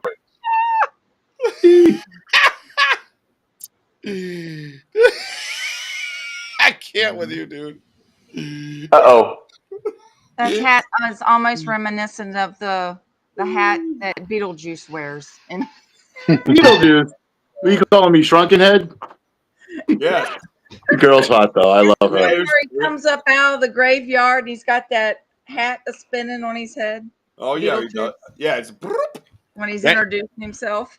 Oh, the thoughts Melissa has running through her head. Definitely David, you okay? I guess so. David's like, send help. Now, one thing, I don't know how long you're running for, Daniel, but I just want to say to David, thank you for your service, sir. I'm 11 Bravo, Fort Bend in Georgia myself, and I appreciate you going out and doing law enforcement after. Kick ass, bro. Thank you so much for that. Yeah, I did it there too as an MP in the Army. So Yeah, we met when we were both stationed at Fort Knox. Oh, Kentucky. okay. Yeah. Oh, well, thank you for your service. That's outstanding. You didn't mention that earlier. I just have a blue cord. I was a grunt. They asked me, what would you like to be? I said, I just want to dig holes and shoot shit. They're like, all right, we got something for you right over here in Fort Bend, Georgia. We needed guys like you to put you on point. You know that. Yeah, you put me on point. Threw me in the clink a few times too, sir. Yeah. Yeah, I got a little messy when I drank. Hey, real quick, I wanted to respond to something in the live chat. Sarah Smith said something that she commented. She said EMF apps are not accurate. I just want to clarify. We do not use apps. We actually have EMF devices. Yes, So, yes, correct. I agree with her. I agree with her, actually. I agree. Yeah, I do too. You're Just like all those ghost apps. They're all for entertainment. Oh, yeah, they're like, boo, my name's Roger. You're like, okay. Oh, she's a nurse, too. Sarah, how do you cure a pain in the ass? Get rid of it. Hey, girl, hey. Hey. On the ass, hey. Oh, I feel it. Now she hasn't confirmed, but she might be joining our next camp out too. I'm not sure yet. She don't live far from where we camp at. Come on, Sarah. You need to join us. Well, that's right, Sarah. Welcome to the show. Absolutely. Get out there and do it. Welcome to the John Boy and Billy Show. Wrong show. I tell you what, there's nothing like putting boots on the ground, though. You know, like I say to everybody, if something like if I kid, it would be taking a chance. Like, oh my God, nothing's going to happen today. And I tell them, if not, we go for a nice hike through Mother Nature, and we all get to be closer to the earth, and we get to take a break, and we get to laugh and have fun. You know what I mean? And talk about Bigfoot in the woods. But there's nothing like getting out in the woods, man. There's nothing like when I enter our research area, man. It's way better than stepping on the softball field, or way better when I played hockey. You know, that exciting, competitive feeling, right? It's just an amazing, amazing spiritual feeling when I go into the woods. Like it is. I feel chosen from the experiences that I've had to have the experiences I've had, and I don't care what anybody says. And I had somebody, you know, somebody I've known 40 years, last week, 10 days ago on Facebook. Yeah, and his statement was during a conversation. It's supposed to be, back and forth and enjoyable, so you can get to the bottom of things. Says, you might think it exists, Richard, but it doesn't. So for me, like that right there is a full stop, and I'm done talking to you, because there's nothing we can do. Now we can't have a friendly debate. Now we can't have anything because you've already gave your end game. You already gave your period exclamation, right? So you're not even open minded enough to even have a conversation about it. You just want to be heard and sound smart. And that's the difference, right? We don't need to be around people that want to be heard and want to sound smart. We want to be around people that will throw something back at you, devil's advocate, in a respectful manner, and have that conversation. Because lo and behold, I've had that many times with people that were critics or skeptics or whatever the case might be, and I actually learned something by the end of that conversation. And they learned something by the end of that. Isn't that weird? If we just converse peacefully. Oh, for sure. But Richie, it's one. We don't all, like everybody on here. We don't just sound smart. We are smart. Right. That's true. That's true. I'm very smart. Very smart. But Thank you, I David. mean, add ass to the end of that. I will not. Smart. No, I'm enjoying being called smart for the first time in my life. Shut up, Daniel. Enjoy it while you can. Yes. Can I ask again? I don't know. Are you staying on for a little bit? Because For a few more minutes. Yeah, we'll run a few more minutes. All right. I love the conversation. How do you have a lot of structures in your area, and how do you feel about structures? I don't know if you know, Daniel, I put up an evidence reel that you could just play if you wanted.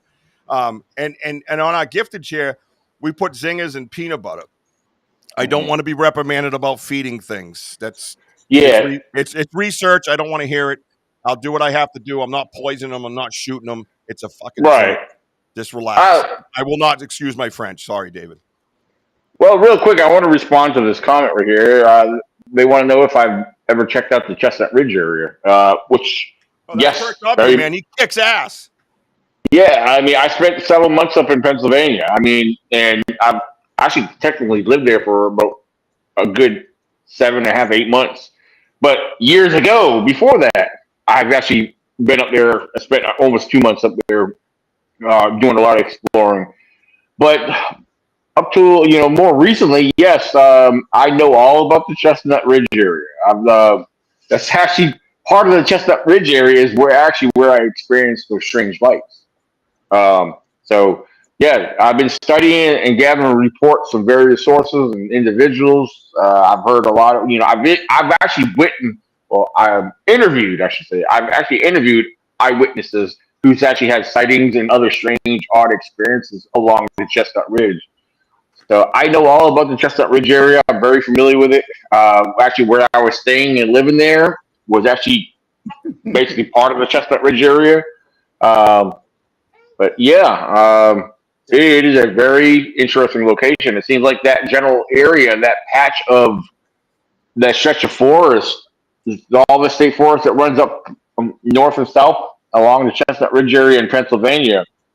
There is definitely a travel route there. There is a pattern there. I have to agree, and I have to say there is a pattern of reports throughout that area, and not just Bigfoot. There's actually been, I can't deny it. I mean, I've heard too many of them to say that it's not true, but a lot of people claim to see a lot of UFO activity throughout that general area. So yeah, Bigfoot and UFO. I wouldn't doubt it.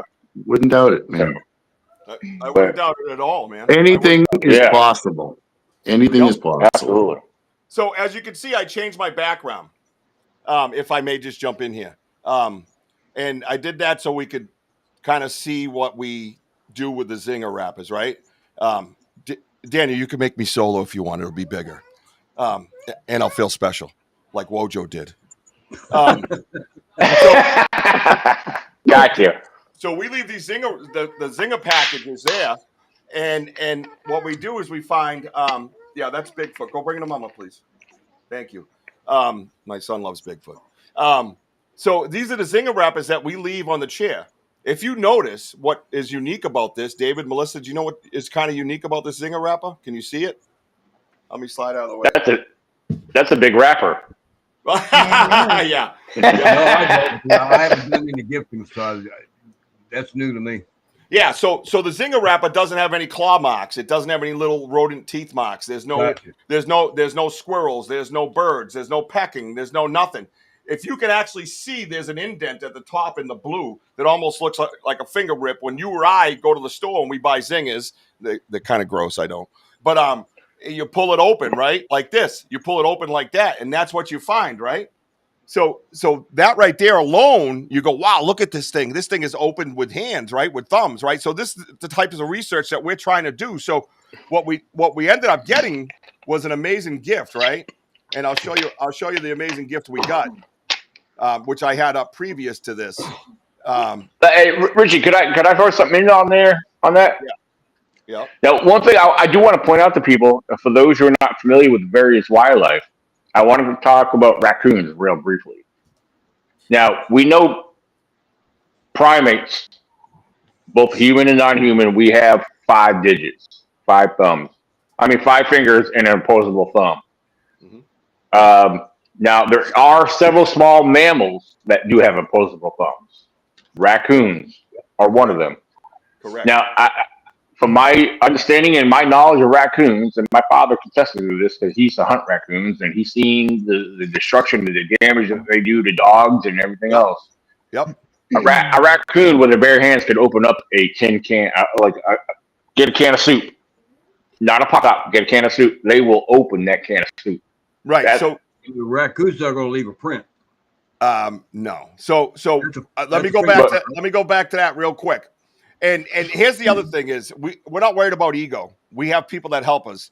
And one of the people that help us, obviously, well, a couple of people, the Vogels, they're wilderness experts. They had their own company for many years. And Tim's a guy that's he's a forest ranger in 1,300 acre forest.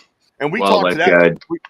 Wildlife guy. And not only that, Wojo's brother is what do they call him? Rehabilitative. Yeah, a rehabber, a wildlife rehabber, right? So he's had raccoons in his house running around and things like that. But my point is this, with the eyes, see how wide it is? How wide. Hold on, Rich, real quick. Arbor Distillery, hey, good seeing you, man. Good luck. Love the chat. Oh, yeah. Hey, good luck with your big event. And awesome job on the AI setup, by the way. I thought that was a great advertisement. I'm not sure how you got a video of Wojo wearing a hard hat, but that's interesting. Good job. I can't believe I fit in the overalls. Never mind that. Yeah, that was hot. But real quick, and then and your point is well taken. And we've had this discussion many times with the jars of peanut butter being open and there's no scratch marks, no nothing, right? And the jars of the peanut butter we put on pretty tight. And to have them not leave a mark while trying to spin it, I thought, that would be tough for me to take in, right? So here, this is the fingerprints now. Now, Wojo could point out what's unique about these fingerprints. Well, how about this? How about this real quick? Everyone's wow, still you can see that. All right. So what I mean, Richie asked this question, he's like, hey, what do you see here? Everyone's like fingerprints. Well, what about the fingerprints? Well, the fingerprints, when you look at your hands, you see how the prints kind of curl, like a half a loop shape. Like a swirl, yes. These prints are going straight across, and that's one thing I've noticed when Richie first done this in his studio.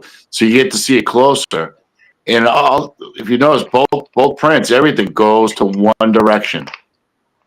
Straight line. Yeah. They're a straight line, and let me tell you this: you go, well, where did those fingerprints come from, right? So here you go. I'm going to show you where those fingerprints came from, and these are the gifts that we get back. Sometimes you catch them slipping, right? See that white paint on the ingredients? Yep. You see the white paint on the ingredients? Mm-hmm. Yeah. It came off that ingredients area, right? You can see it's clearly smudged. Mm-hmm. It's now on their fingers, and now they're playing with the Zinger wrapper, getting it open or whatever they're doing. And there is the straight line fingerprints.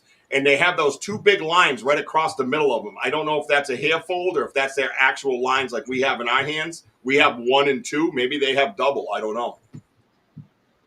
Interesting, though, right? That's really neat. Isn't Well, it that looks real? like on the paint, it looks like you can see some dermal ridges also. Correct. You're right, David. Absolutely. Yep, he's right. And that was, we had done this 100 times. I have a whole evidence case over here with hundreds of rappers. I think 100 of that and other places. There's hundreds of rappers in here. And that's the one that somebody slipped up on. And that's why we have a friend of ours. He's a scientist, Matt Moniz, right? Matt Moniz has been all over with UFOs and things like that, right? And it might show up with Scaniverse, D-Hood. I'll try that for you. And he'll say it, the way to get to science is sometimes when you don't have a body or whatever the case might be, you repeat the research, right? You repeat these experiments until you collect enough data. Once you collect enough data, then you can start going into the realm of science, different forms of science. Science just isn't, we need a body. There's other things before that actual equal to science. Am I saying this is science? Well, no, but it's at least biology because there's fingerprints right there, right? To answer a question in chat about, let me ask it this way. Could you all have left it? Did you all wear any kind of a latex gloves or anything handling the packages? No, yes, sometimes we don't because what I do is I wipe it down. Okay, I even left them a bottle of water, right? Put a little flavor. So I have the cap, and when I place it on the ground, I push it down and uncap it for them, right? Gotcha. And also, whenever we collect the evidence, either we use a stick or grab it from the tip of the neck and lift it up. We have our gloves and our paper bags, and we've done that plenty of times, and we have a lot of that stuff that's for our DNA. For this to be us with our oils in it, for one, it doesn't match the size. The fingerprints don't match because they're straight across and not swirly. It would have to be a very tight grip for a while to where you get a little sweat going, a little oil built up for that to come off. That is not what happens. It comes out and it gets placed basically like this and it's left. And that's how we do it. So that answers the question. No, I think that's a great question. That's a great question. Absolutely. Every question should be asked 100%. And by going through that and having that conversation, now we've answered that question that someone else might have had that's not on the side. Yeah, Perry did, yeah. Yeah, I think it's a great question, Mountain Bucks. Yeah, we've done this so many times that we've made mistakes. And we've come back and said, oh shit, that might make it look like this, or we might not get the answer we want because we did that. And now we're like very precise in how we set things up. Wojo sets up the chair. There's not 2 or 3 sets of hands setting up the chair. Wojo sets up the chair. I stand back. I talk on the live. Everybody sees the chair before what it looked like and what it looks like when we walk up to it afterwards.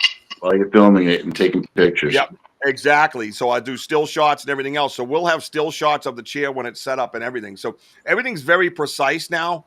Although it looks like what that reminds me of? Task, conditions, and standards. Sound familiar? Outstanding, soldier. Outstanding, soldier. 100%. I read that a few times. Yes. I think Scaniverse, D-Hoop brings up Scaniverse. I think that's a good idea. I'll try scanning it. I don't know if the reflection will bounce off it and not get the 3D. But if you guys don't have it, get it in your phone. It's called Scaniverse. One word, S-C-A-N-I, verse, Scaniverse. And if you don't have casting and things like that, you can actually pull up, you can actually scan the prints, right? And the detail of the print in the 3D scanner is absolutely astounding. It's something that, let me see. I don't know if I got one here that'll play for you. I don't know. Well, see if that'll play. That's a snow one. It's a little tougher to see, but you could see it spinning and stuff like that, and you can get a look at the 3D version of it, and it always freaking stops. It pisses me off. Is it stopped on your screen? Yeah. Yeah, sometimes you got to press play again. Hey, Mike Tinsley. How you doing, buddy? Hey, Tinsley! But yeah, so that's the 3D version of something like that. That's the stuff that we could, that will give you other forms of, let's see if I have another one. It also tells you how deep in that picture, the compressions and everything else. Yeah. Yeah, here you can almost see toes and everything in this one. Now, with that app, do you need a internet connection for it to operate? Or no, you don't. Nope. Because I use it on my spare phone that doesn't even have phone service. Gotcha. Yeah, Yeah. it's You have absolute- you have an iPhone or an Android? I have an iPhone because it's way better than any Android could ever produce. Oh, here we go again. Here we go.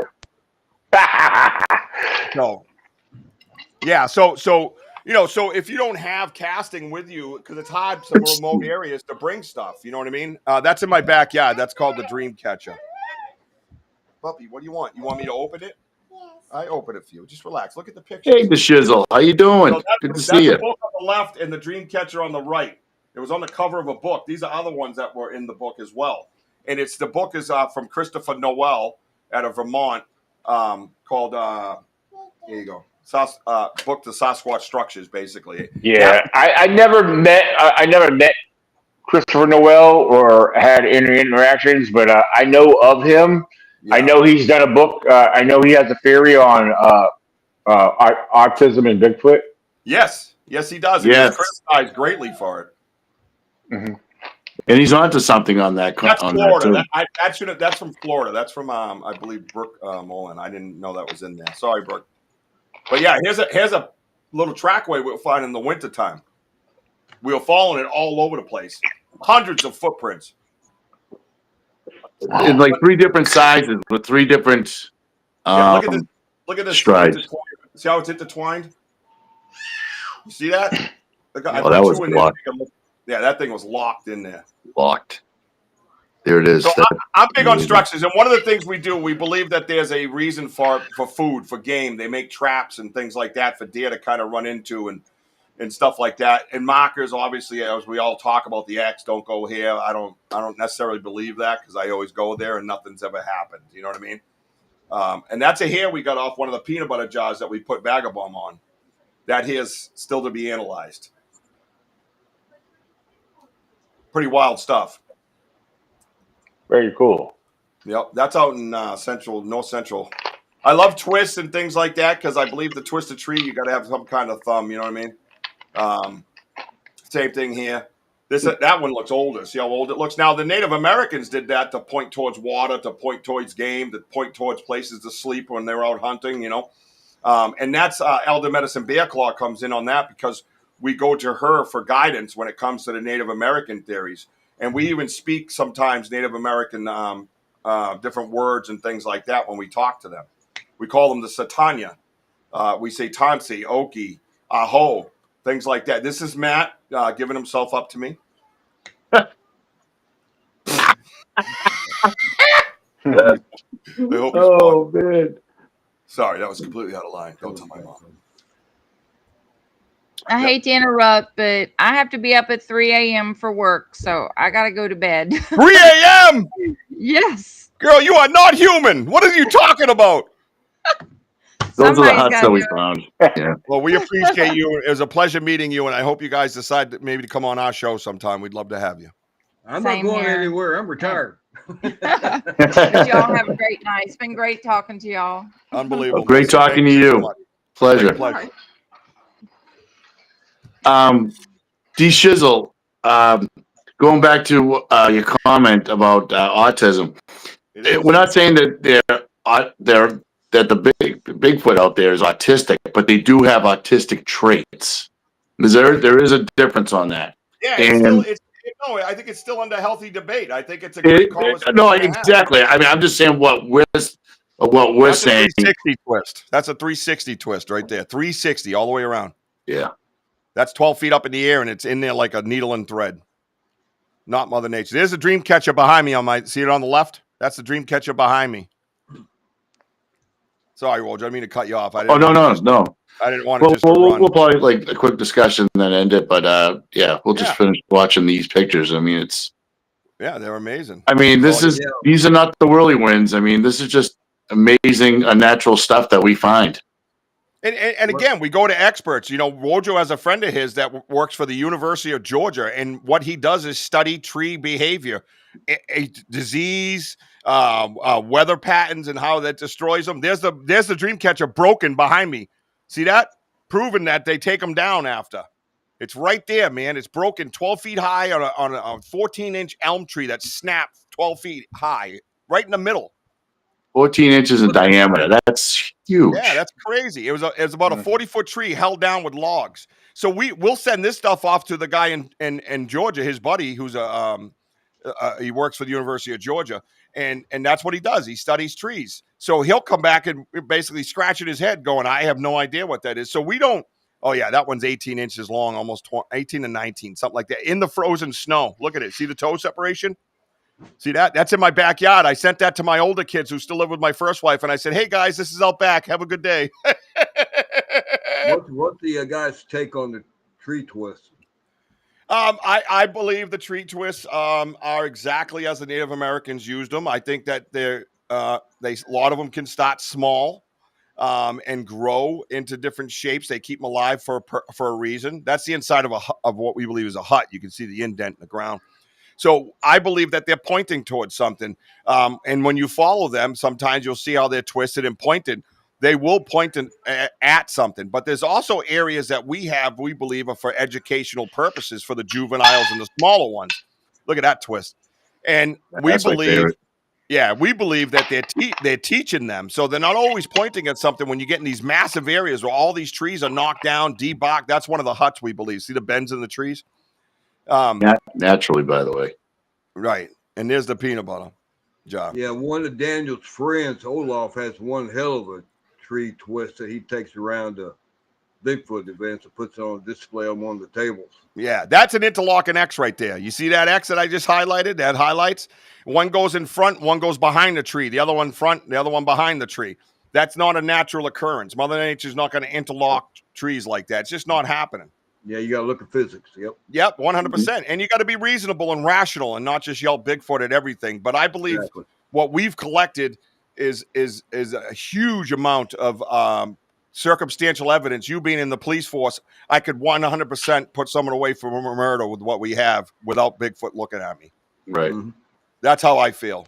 It's got to be 95%. I mean, there's so much of the evidence. Yep. Yeah, I do, and I believe that with what we have, what we're showing, and this ain't even all of it. We have recordings that'll knock you off your chair, 100%, and they're going to be coming out soon. But I'm getting them confirmed by a linguist. That's the other thing. We have a linguist we go to that has already had one of our recordings and said, yes, those are words. Yes, that's a vocal coming from a set of lungs and a trachea, and they are communicating with each other. And he associated it with the tones of a person that's deaf.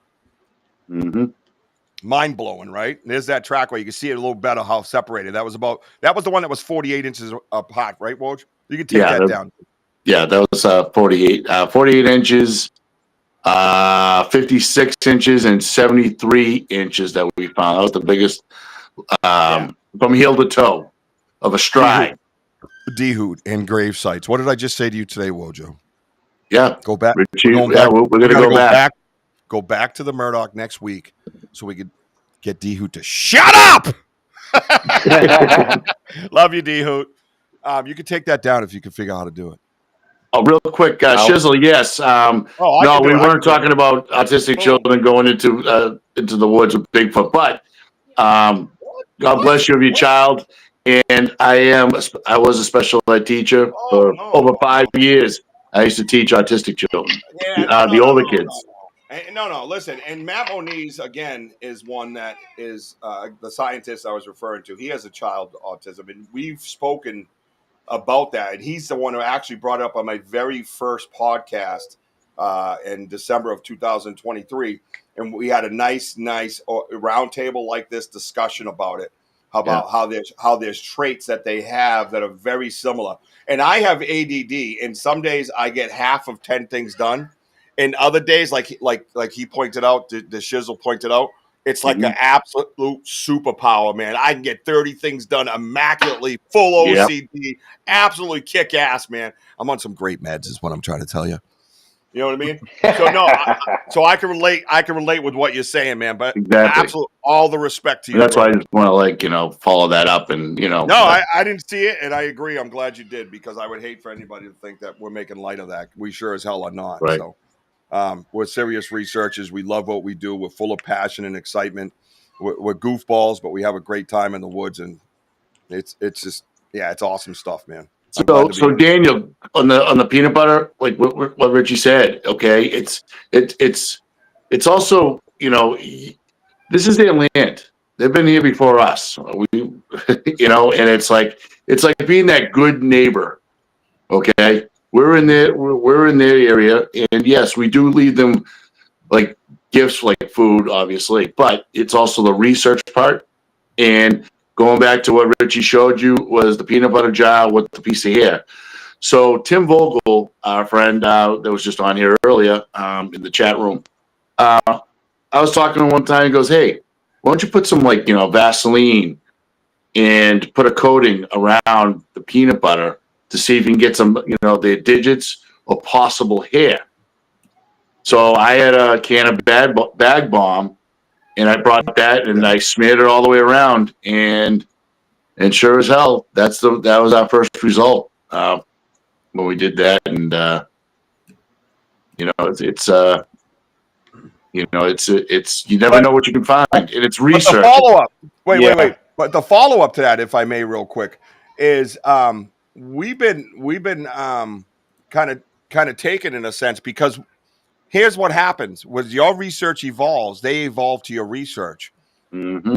We come back, and now the where is it? Here we go. This is what we ended up finding. You see how spotless that is? Smooth like a baby's tushy, I'll tell you. Like it came out of a dishwasher. And we Perfectly clean. don't know how they were cleaning them, because there's no water in them or anything. They started cleaning them to make sure there was no vagabond. Yep. You see? Look at that. Look at the difference. Right? It's covering their tracks. That one behind me was really clean, but we had it where they had sticks and they were picking them out. And I have one over there with a stick in it that's still quarter of the way full of peanut butter. But then now when we find them, they're like this. Well, they had no. Now what they're doing, they're leaving the wrappers on them. They're not even taking the wrappers off, and it's still spotless. So we believe that we're getting some kind of intelligence back by our actions, from our actions, right? It's absolutely crazy. Crazy. Like Dave, if there's like an intelligence scale, a friend of ours explained this to us too, and I think he hit the nail on the head.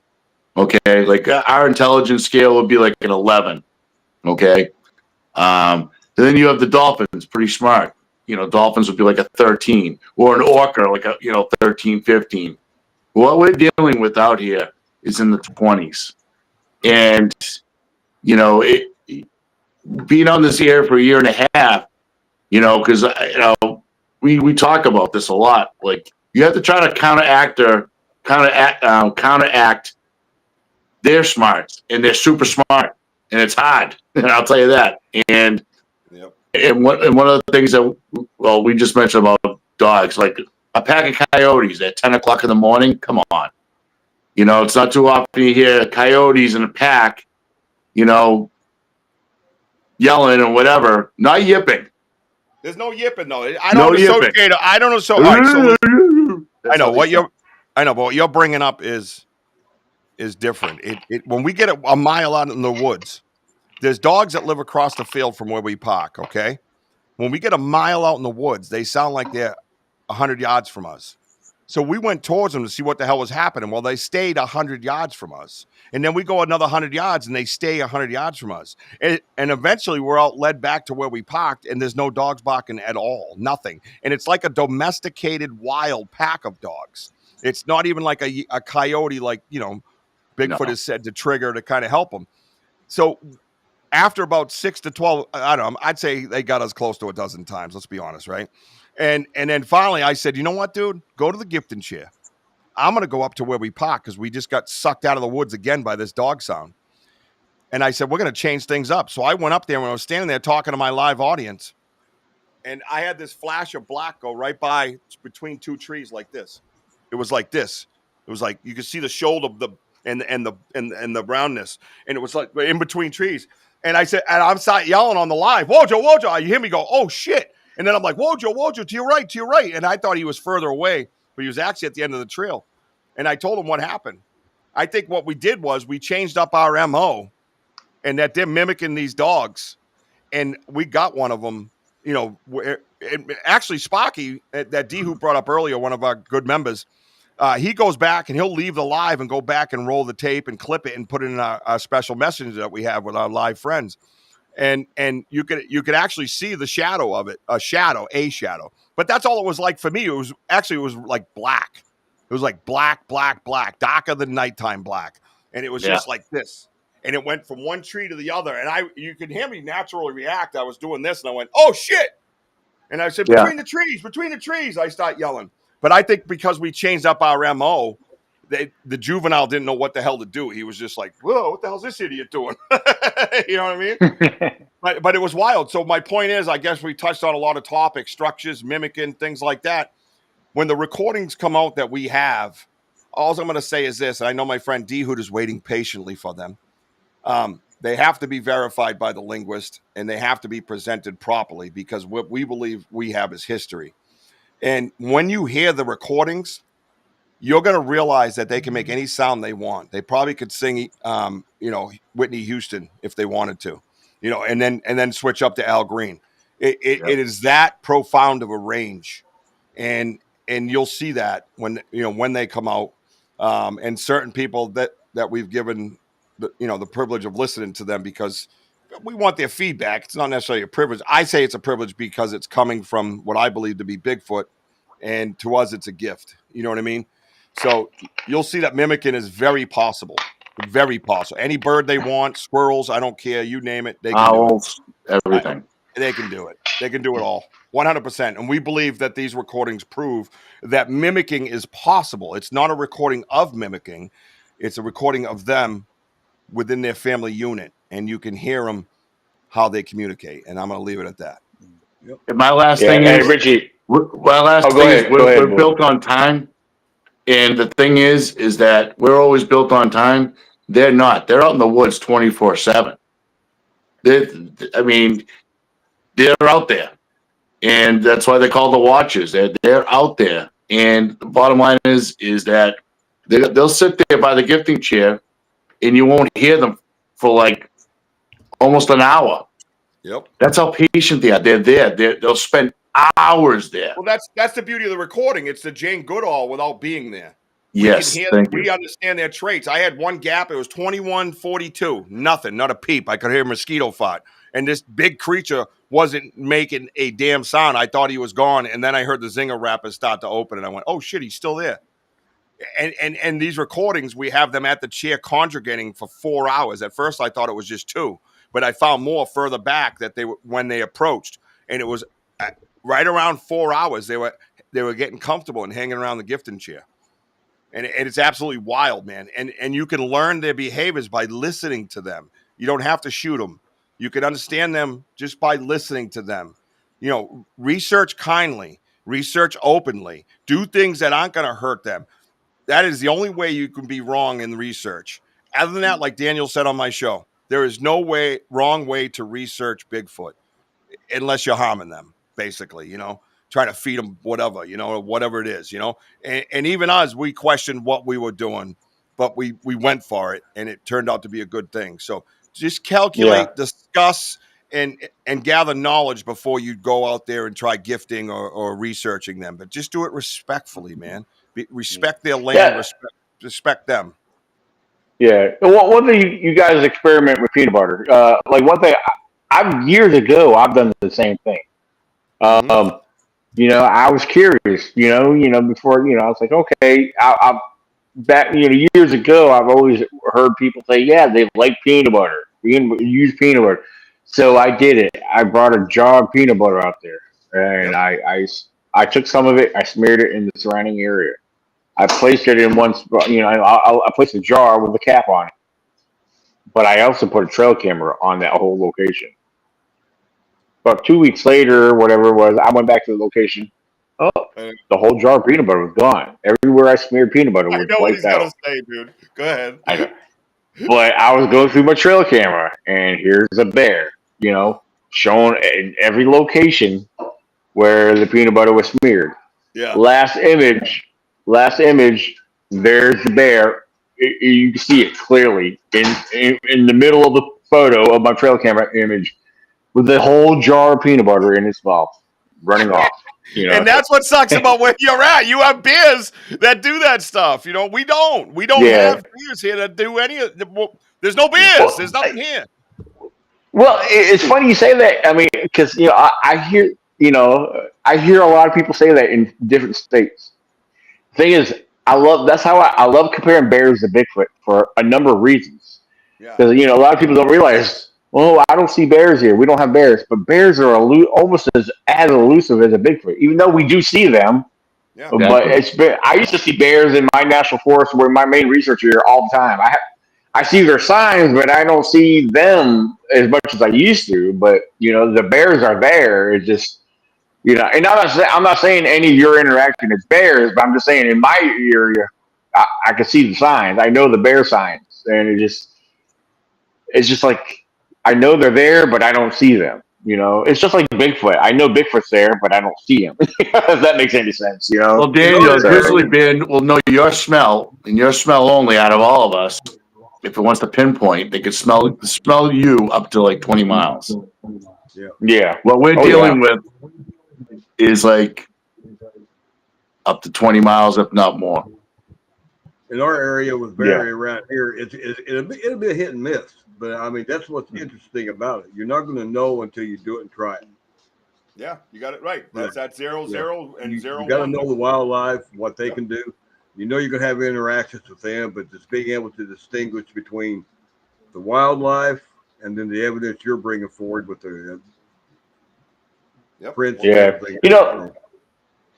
Last time I went camping with my grandson, which we're getting ready to go tomorrow as soon as he gets home from school. I'm all packed up, ready to go. Nice. But last time we were out there camping, we were, I took him on some small hikes. He likes going out by the river. So I was like, all right, we're going to go hike and go out towards the river, and we're hiking along and we're coming upon a kind of a clear area we're walking through.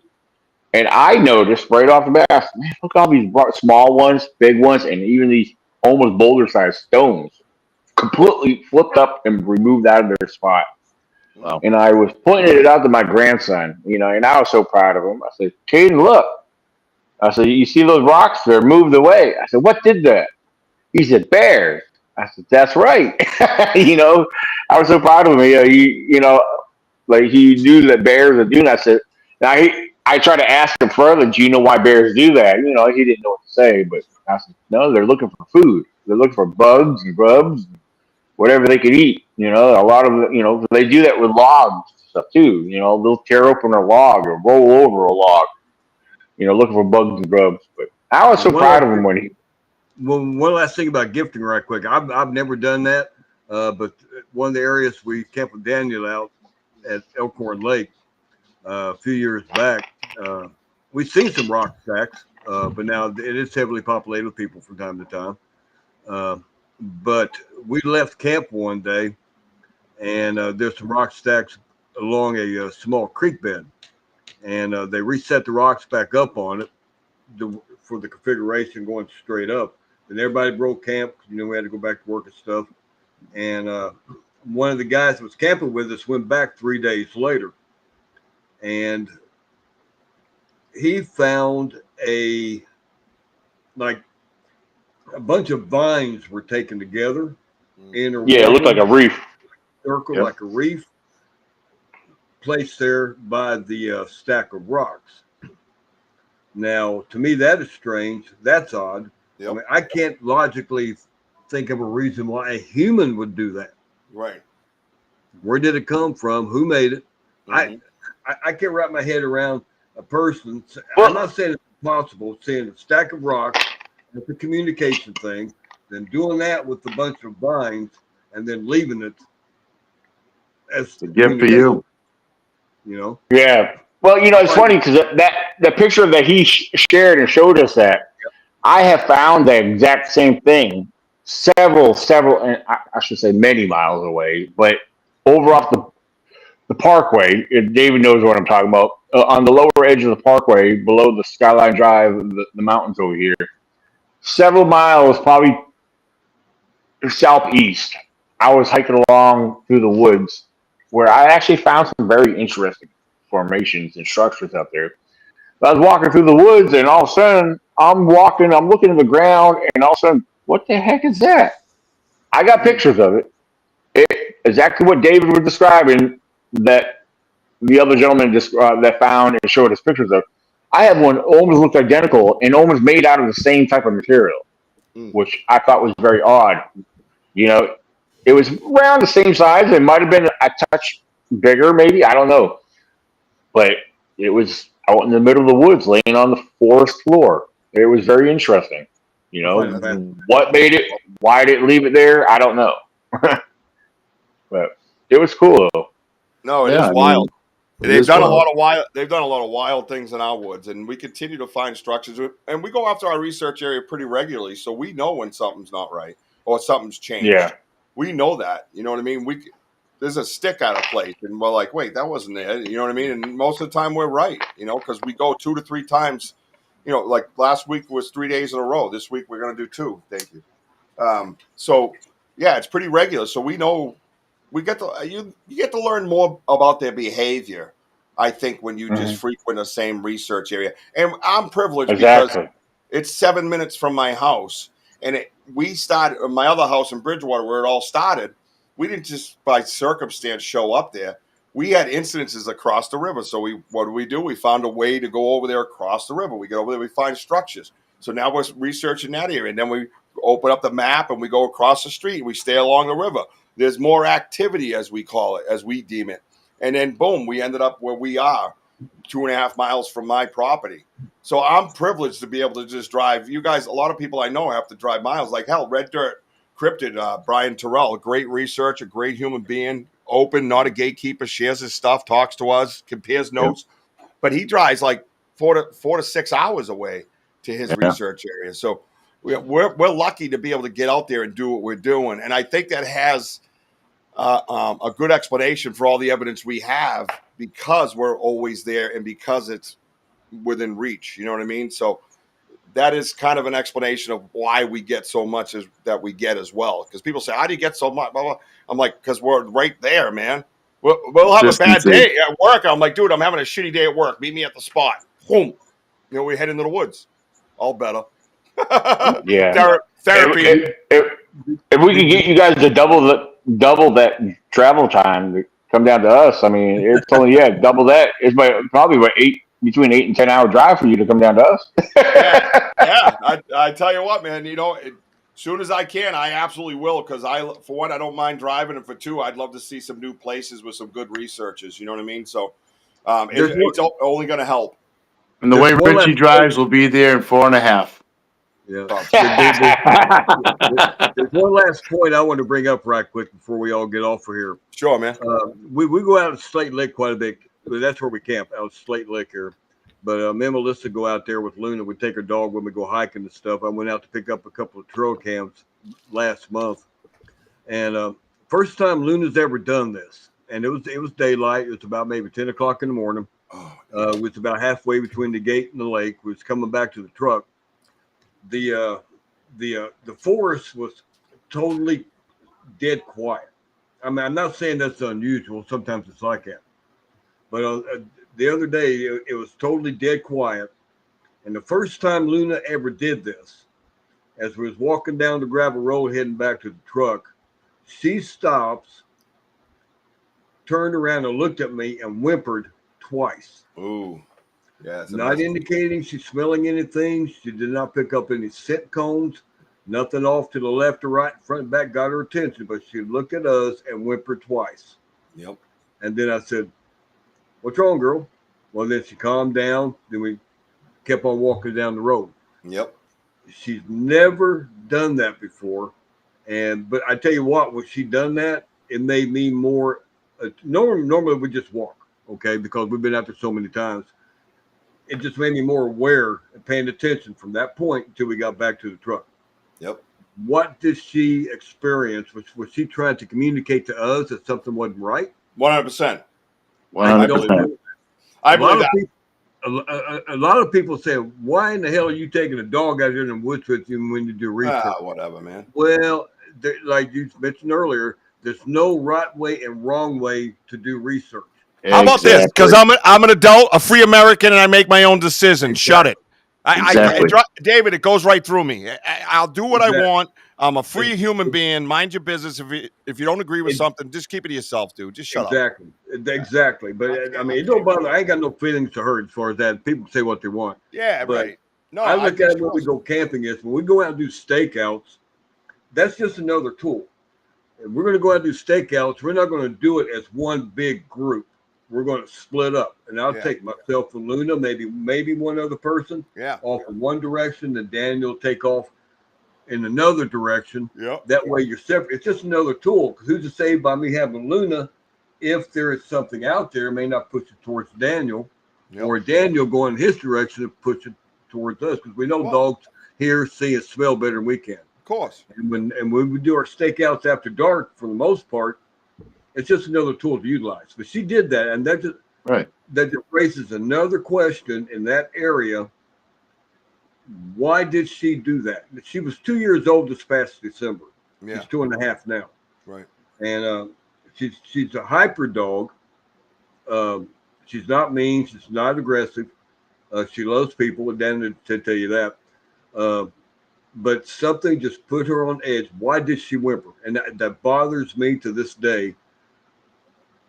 Could something have been in the area that she sensed to cue us to something that's not right? Yeah, and I believe so, just because I'm not there. I'm not talking as a dog expert, a dog owner, and I had a dog that barked at something all the time, always barked at something. And this one particular time, she was going around the perimeter of the house, whimpering, crying. And lo and behold, there was a guy down the street that lived in the neighborhood that just got out of some kind of a psych ward. And he was having some mental issues, but he was in my yard running around. And the cops had a beanbag him with less lethal. And lo and behold, her whole demeanor changed. She never made that sound again, and she had never made that sound before. Right. So with that story you tell me, that tells me that she sensed something completely out of the ordinary because she acted completely out of the ordinary. And what a beautiful dog, dude. Hello, Luna. She well, she doesn't have any problems growling every now and then. We've been at camp at nighttime before doing the campfire. Look at the cheddar on that guy. Jeez, dude, look at you.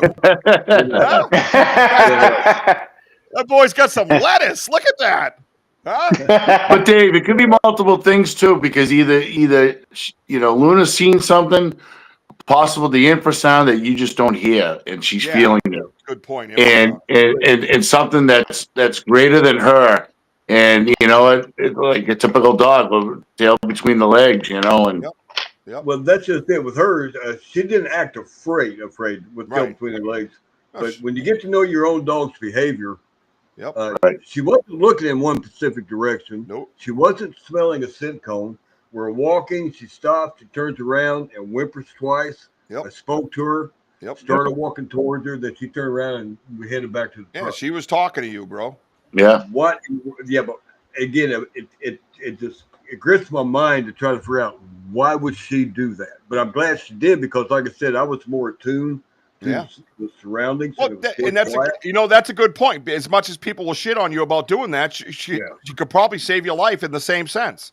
Exactly. So it's 100% equal. So just shut up with that. You know what I mean? It drives me nuts. It's like if you're not there and if you haven't done it, shut your mouth. You don't know. You don't know my dog. You don't know how she behaves and what she wants to do. Mind your business. And she may never ever do it again. But I mean, it gives me something else to look at for her in her behavior aspect. Yeah, something tells me dogs are different. Something tells me she's going to do it again. Characteristics, But again, I just want to throw that out there right quick. Yeah, no doubt, man. I think that's great, man. I love it. I think we've covered animals now too.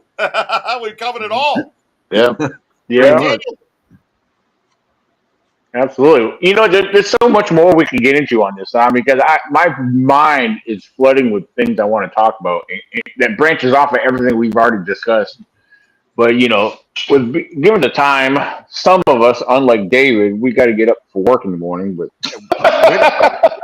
yeah, well, David earned that shit. I know. I get up at 4:45 in the morning. I'm ready to hang out till 3:00.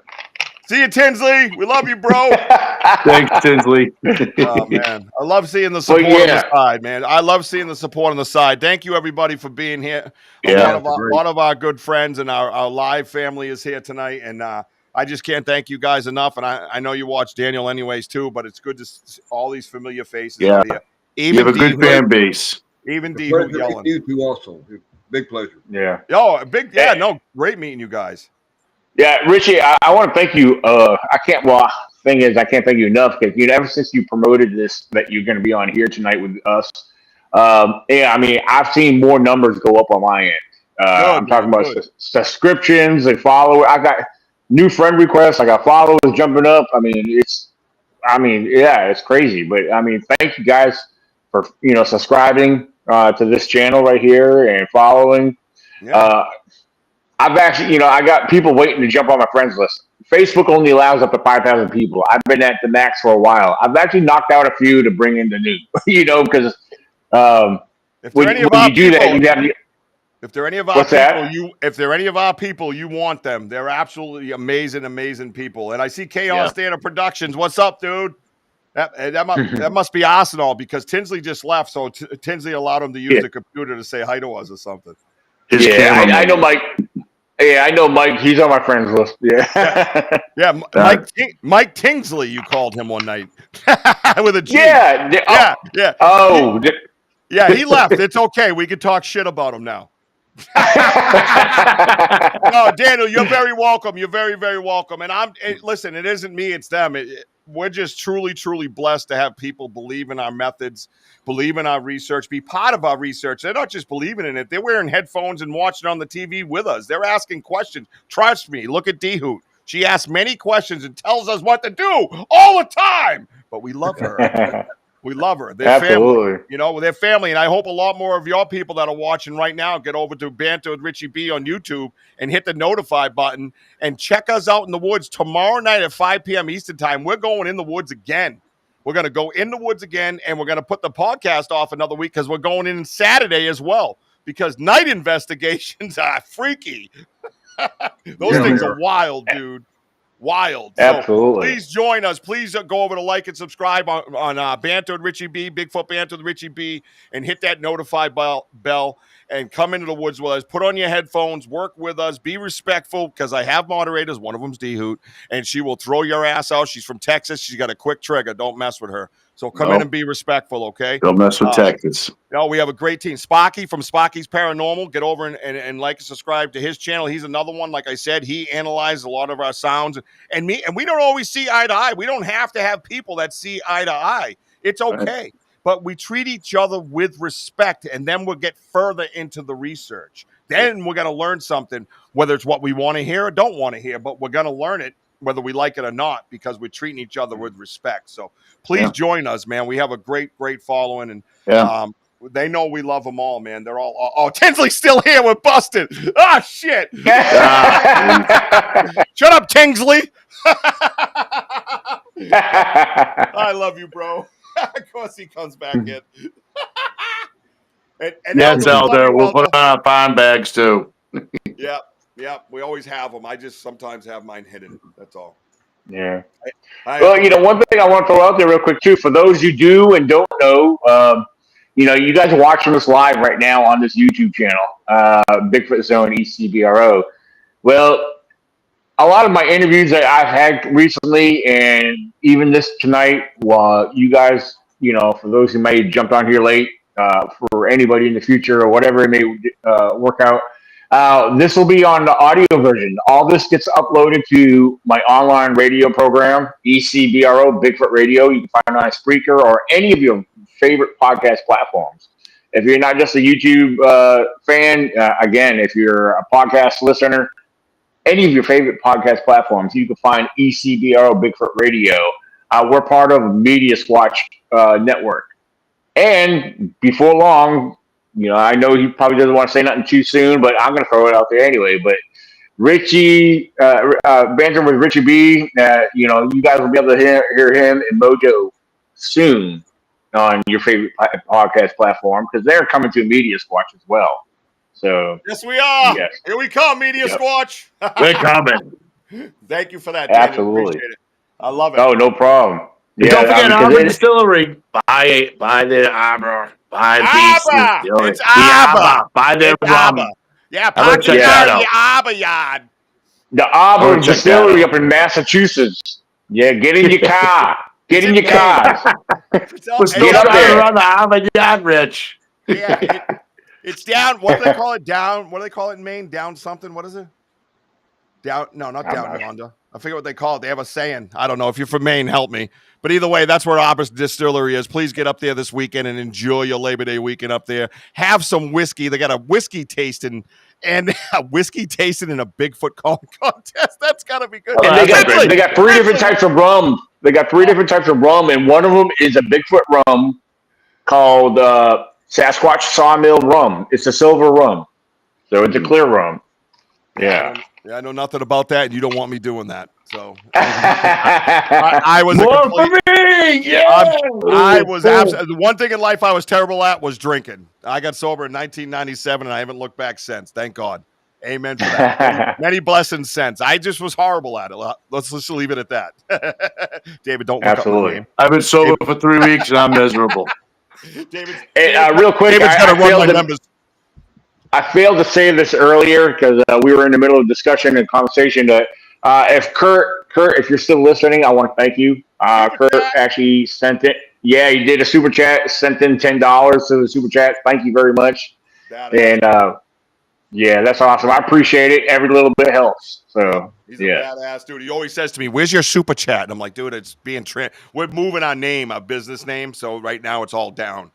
So so anyone still listening, if you want to add to the super chat, if you are watching on YouTube, it's on the bottom right hand corner. You'll see the dollar symbol, the dollar symbol. Just click on that and send it in whatever you like. I appreciate it. That's right, Jim. You can send in 25 cents, 50 cents, $1, $10. Oh, you can be better than Kurt and send in 11, and you could be the big winner tonight. You can help Dave and Melissa get a new stool, Rich. Yeah, they need a new stool. They broke it. Well, you know what? Hey, thanks to my new sponsor, I could afford to buy what I need for my upcoming camp out here with me and David and the gang. Good. You know, I got some things I've been looking to get that I need. That were necessities. I was like, man, what a blessing! What a blessing! Hey, and that's hard work. Kudos to you, man. Going to get it. You got to go get it if you want to do it, man. It gets expensive out here. People don't realize that. It's not just about equipment. It's about gas. It's about time. It's about this, it's not easy out here. And I'm just starting to open up about that more and ask because I have a podcast crew and that we're all having meetings going, hey, you're the one who's got to kind of, and I'm like, okay. Because I hate there's Kurt. I hate doing it. Where is he, man? Do it, Kurt. Yeah, there's Kurt right there. Yeah. Hey, Kurt's my dude, man. He was Jason Kenzie was in his area. And I know Jason, so I said to Kurt, hey, go over and get a selfie with Jason for me and send it, And he's like, oh, I'm not Richie B. Wojo. And I'm like, dude, hang on a second. So I get a hold of Jason. I go, hey, you're going to get a picture with my buddy Kurt, damn it, wearing his Banter with Richie B. merchandise. So Kurt goes there, gets a picture with Banter with Richie B. merchandise, but it's the Wojo says boom freaking shirt. I'm like, dude, he didn't set this up. I did. So he got to hang out with Jason Kenzie, and he deserves that because he supports and he's an awesome dude. He gets the big picture and he wants to help. So that's a good dude to have around, man. Kurt. I got to meet Jason Kenzie for the first time back in June at the Pennsylvania event I was speaking at, and I mean I've always chatted with him. We've always had conversations online, but it was the first time I got to meet him in person. So, he's a our new show, our new series that we're promoting and currently in production, Bigfoot Explorers, is going to the same streaming network that Jason has his series on. So that's exciting. Nice. No, not Tubi, Fossum. Awesome. Over in Fossum. It's awesome with an F. F awesome. That's right. Wait. Yeah, he's removing all his stuff from. Jason is removing all his stuff from Tubi because Tubi no longer pays people to have their content there, so they're going to be losing a lot of content. Oh, I didn't know. Yeah. Yep. Well, that's not nice, Tubi. Goodbye. Yep. So F awesome. Remember that. Fossum. Yeah. So Fossum is one of the first networks in the streaming services. I mean, there'll be other platforms we'll be on, but Fossum will be the first one coming up soon.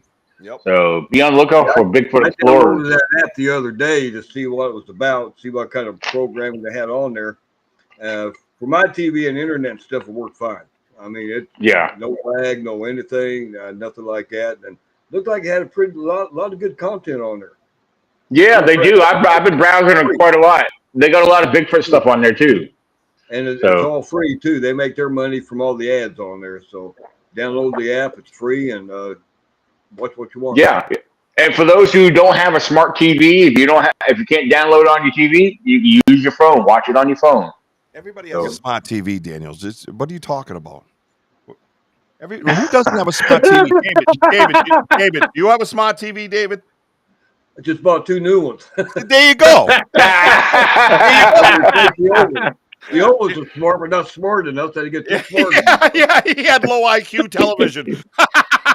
We got a smart TV in the living room, but I mean, I'm in my room most of the time. My bedroom, I got a 48-inch flat screen in there, but it's not it's an older flat screen. I would have bought a 58-inch for the living room, and then Melissa liked it so much, I had to go replace one in the bedroom, so I got the same one, 50-inch for the bedroom. Now it's like a big old theater to go to bed. And David, Daniel just said he doesn't have a smart TV in his bedroom. What? Let's all just take that into a minute. Let's have a moment of silence. I need more super chats. Oh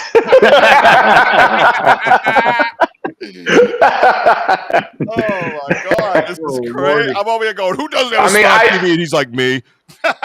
My Bigfoot radio program just got its first sponsor in forever, and so I need more of that too. So yeah, you'll get more. Well, I'm sure you must go through a lot of rolls of aluminum foil, just to kind of keep everything in place. Now watch next week, Dan, we'll receive hundreds of TVs in the mail. Wait. Hey, Kurt W says I got a smart TV, but no internet. So how smart is that? What do you mean you have no? Oh, he just gave you his $10 and couldn't afford his internet. Hey, I'm in the same boat, man. I got the smart TV out in the living room, but we have no internet here. So that's how it goes.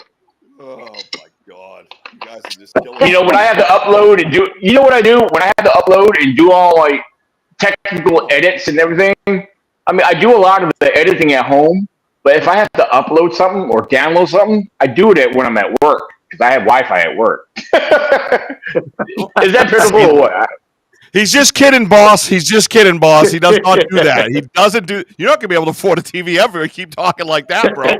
Hey, my boss and my supervisor, they see me on the phone all the time. They don't question me. They know because I work in the department I work in. They know I'm basically almost like my own boss. Nobody messes with me back there. They're like, he doesn't even own a smart TV. Just leave him alone. We don't want him to ask for money. He's handicapped, basically. Is what he's saying. That's why the guy that doesn't have a smart TV went, if you don't have a smart TV, and everybody in the world went, huh? Okay, if you have a smart TV and don't have internet, then just use your phone. There, I've rephrased that.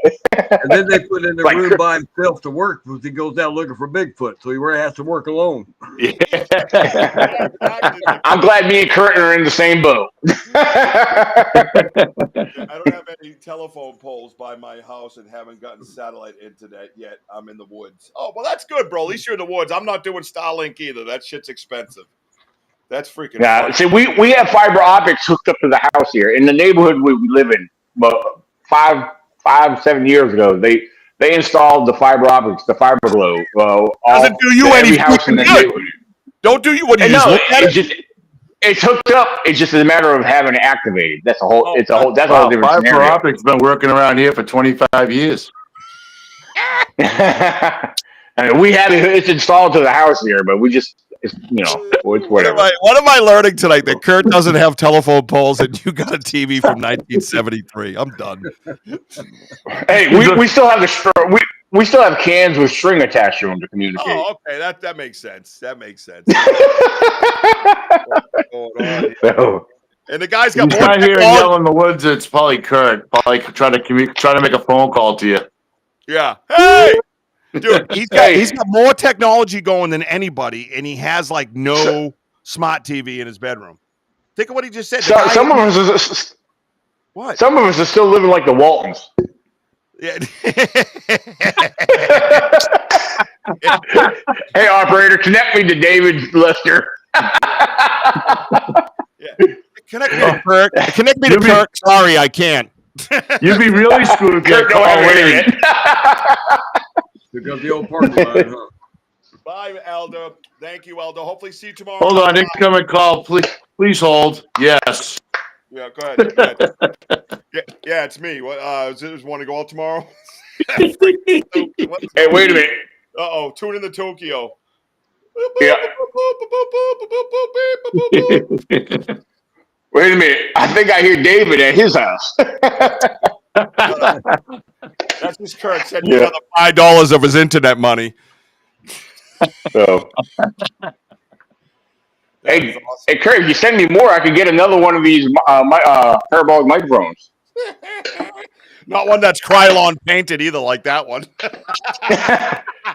that was a $700 microphone. That looks like a popcorn bowl. Wonder why you got a shitty TV. Yeah. You got a $700 microphone. Green. I know. Shizzle says Green Acres, baby. Hey, it's a place to be. Yeah. I'm sure the listeners probably think we're a bunch of lunatics, but yeah. Listen, we had fun, and if you missed all the Bigfoot talk, the paranormal talk, then you should have got here sooner. I thought it was a great time, man, and a great meeting. David, again, I'll extend an invite onto the Banter Richie B podcast to you and your wife. Come on over and hang out with us some night. We'll do Saturday nights at 6 p.m. Eastern time, U.S. time. So every Saturday, well, not every Saturday. We've gone into the woods live now the second week in a row because it's so much fun. But we have September 6th, we have Kerry Lynn Shellhorn, medium psychic, Kerry Lynn Shellhorn, amazing human being. We're going to talk some Bigfoot with her. We're going to discuss her abilities and things like that. And then on the 13th of September, we have the gentleman that owned Dark Realm TV, a platform that we're on, that you subscribe to. We have some exclusive stuff coming out with them. So they're on every Roku television all over the world, every Amazon Fire Stick all over the world, Dark Realm TV. So they'll be our guests on September 13th to sit down and talk with those guys. So make sure you and they're paranormal, they're Bigfoot, they're cryptid, they're UFO, they're everything, man. Those guys are wild. So that show is going to be absolutely lit. Make sure you get your popcorn. And I got to tell you, Kerry Lynn Shellhorn's another one. She's a squirrel on Red Bull. That's what she calls herself. Yeah. So her and I click so well together, and she's a true blessing to this earth. Trust me, you don't want to miss that show either. So definitely get over there and check that out too. But this Saturday, the podcast will be in the woods via YouTube Live. Make sure you're there. Last Sunday we had over 12,000 viewers. So you want to make sure you get it. The whole weekend, last weekend was almost 22,000 viewers. Yep. So, you want to make sure you get in the woods with us and check out what's happening. It's a good time. And I got to be honest with you, the trolls are the most exciting part at times. If Bigfoot ain't running around and yelling stuff, then we get the trolls. I got some pretty good comebacks. You don't want to miss them. And make sure you have internet if you want to watch all that. Despite your smart TV, have internet. Yeah, a really good phone plan like Kurt W. must, because he's always with us. He's like a brother, man. He's a good dude. Yeah, I'm going to get my super chat up. See, there it goes. You got to get a super chat. You ain't got a telephone pole. Settle down.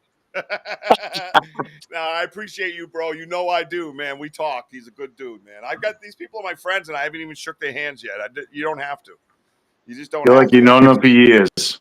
Yeah, you just understand each other. You know, it's a great gift. It's one of the when I started this podcast, I lost my son in 2022. He was stillborn, and this is my therapy. This life is my therapy.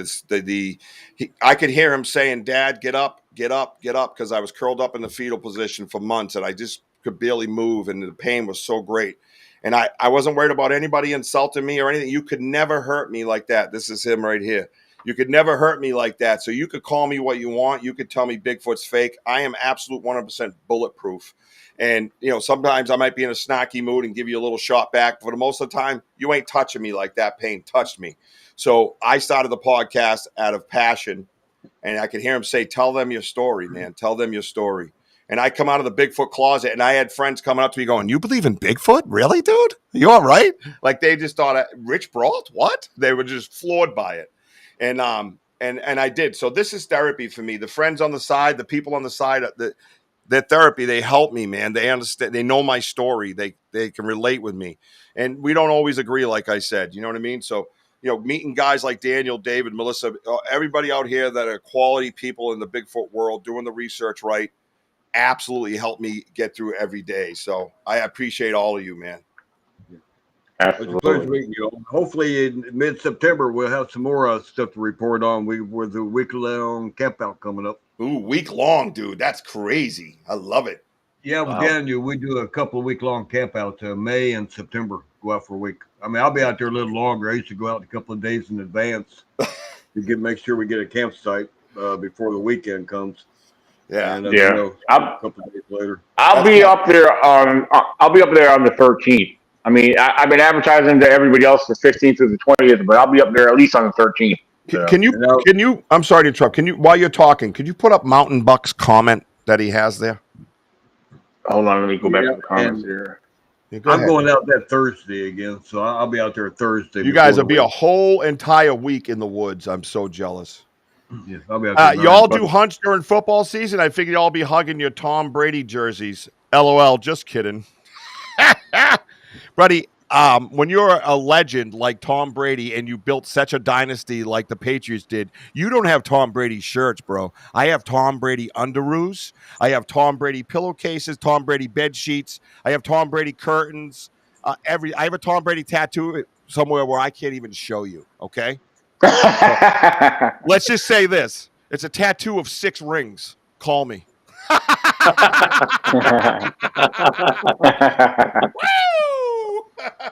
Oh my gosh! Yeah, and on that note, Richie's I got meds have worn off. We should sign off now. Well, I just lost how many subscribers? Not just The same amount as I do daily. Well, welcome. Hey guys, I do want to thank you guys so much. I want to thank all your listeners that came from your channel over to here to listen to us chit chat and shoot the shit. And it's been a lot of fun. We had a lot of great interaction tonight, and again, if anyone that came on here late, if you missed this, go back and watch again, or listen. Go on within the next 24 hours. You'll be able to listen to this on ECBR or Bigfoot Radio on any of your favorite podcast platforms. So, with that being said, we're going to call it a night. Again, some of us do got to get up early. Been a pleasure, guys. Been a pleasure. David, thank you so much. It was great. Thank you so much, guys. Get over to Banter Richie B on YouTube. Like and subscribe, and everybody keep climbing. I love you, baby Jack, and I love you, Mama. Daniel, thank you so much for your blessing of having us here tonight. Wojo, my co-host, is a kick-ass dude. I love you, brother. I'll see you tomorrow. Thank you guys very much. Thank you. Hey, thank you, guys.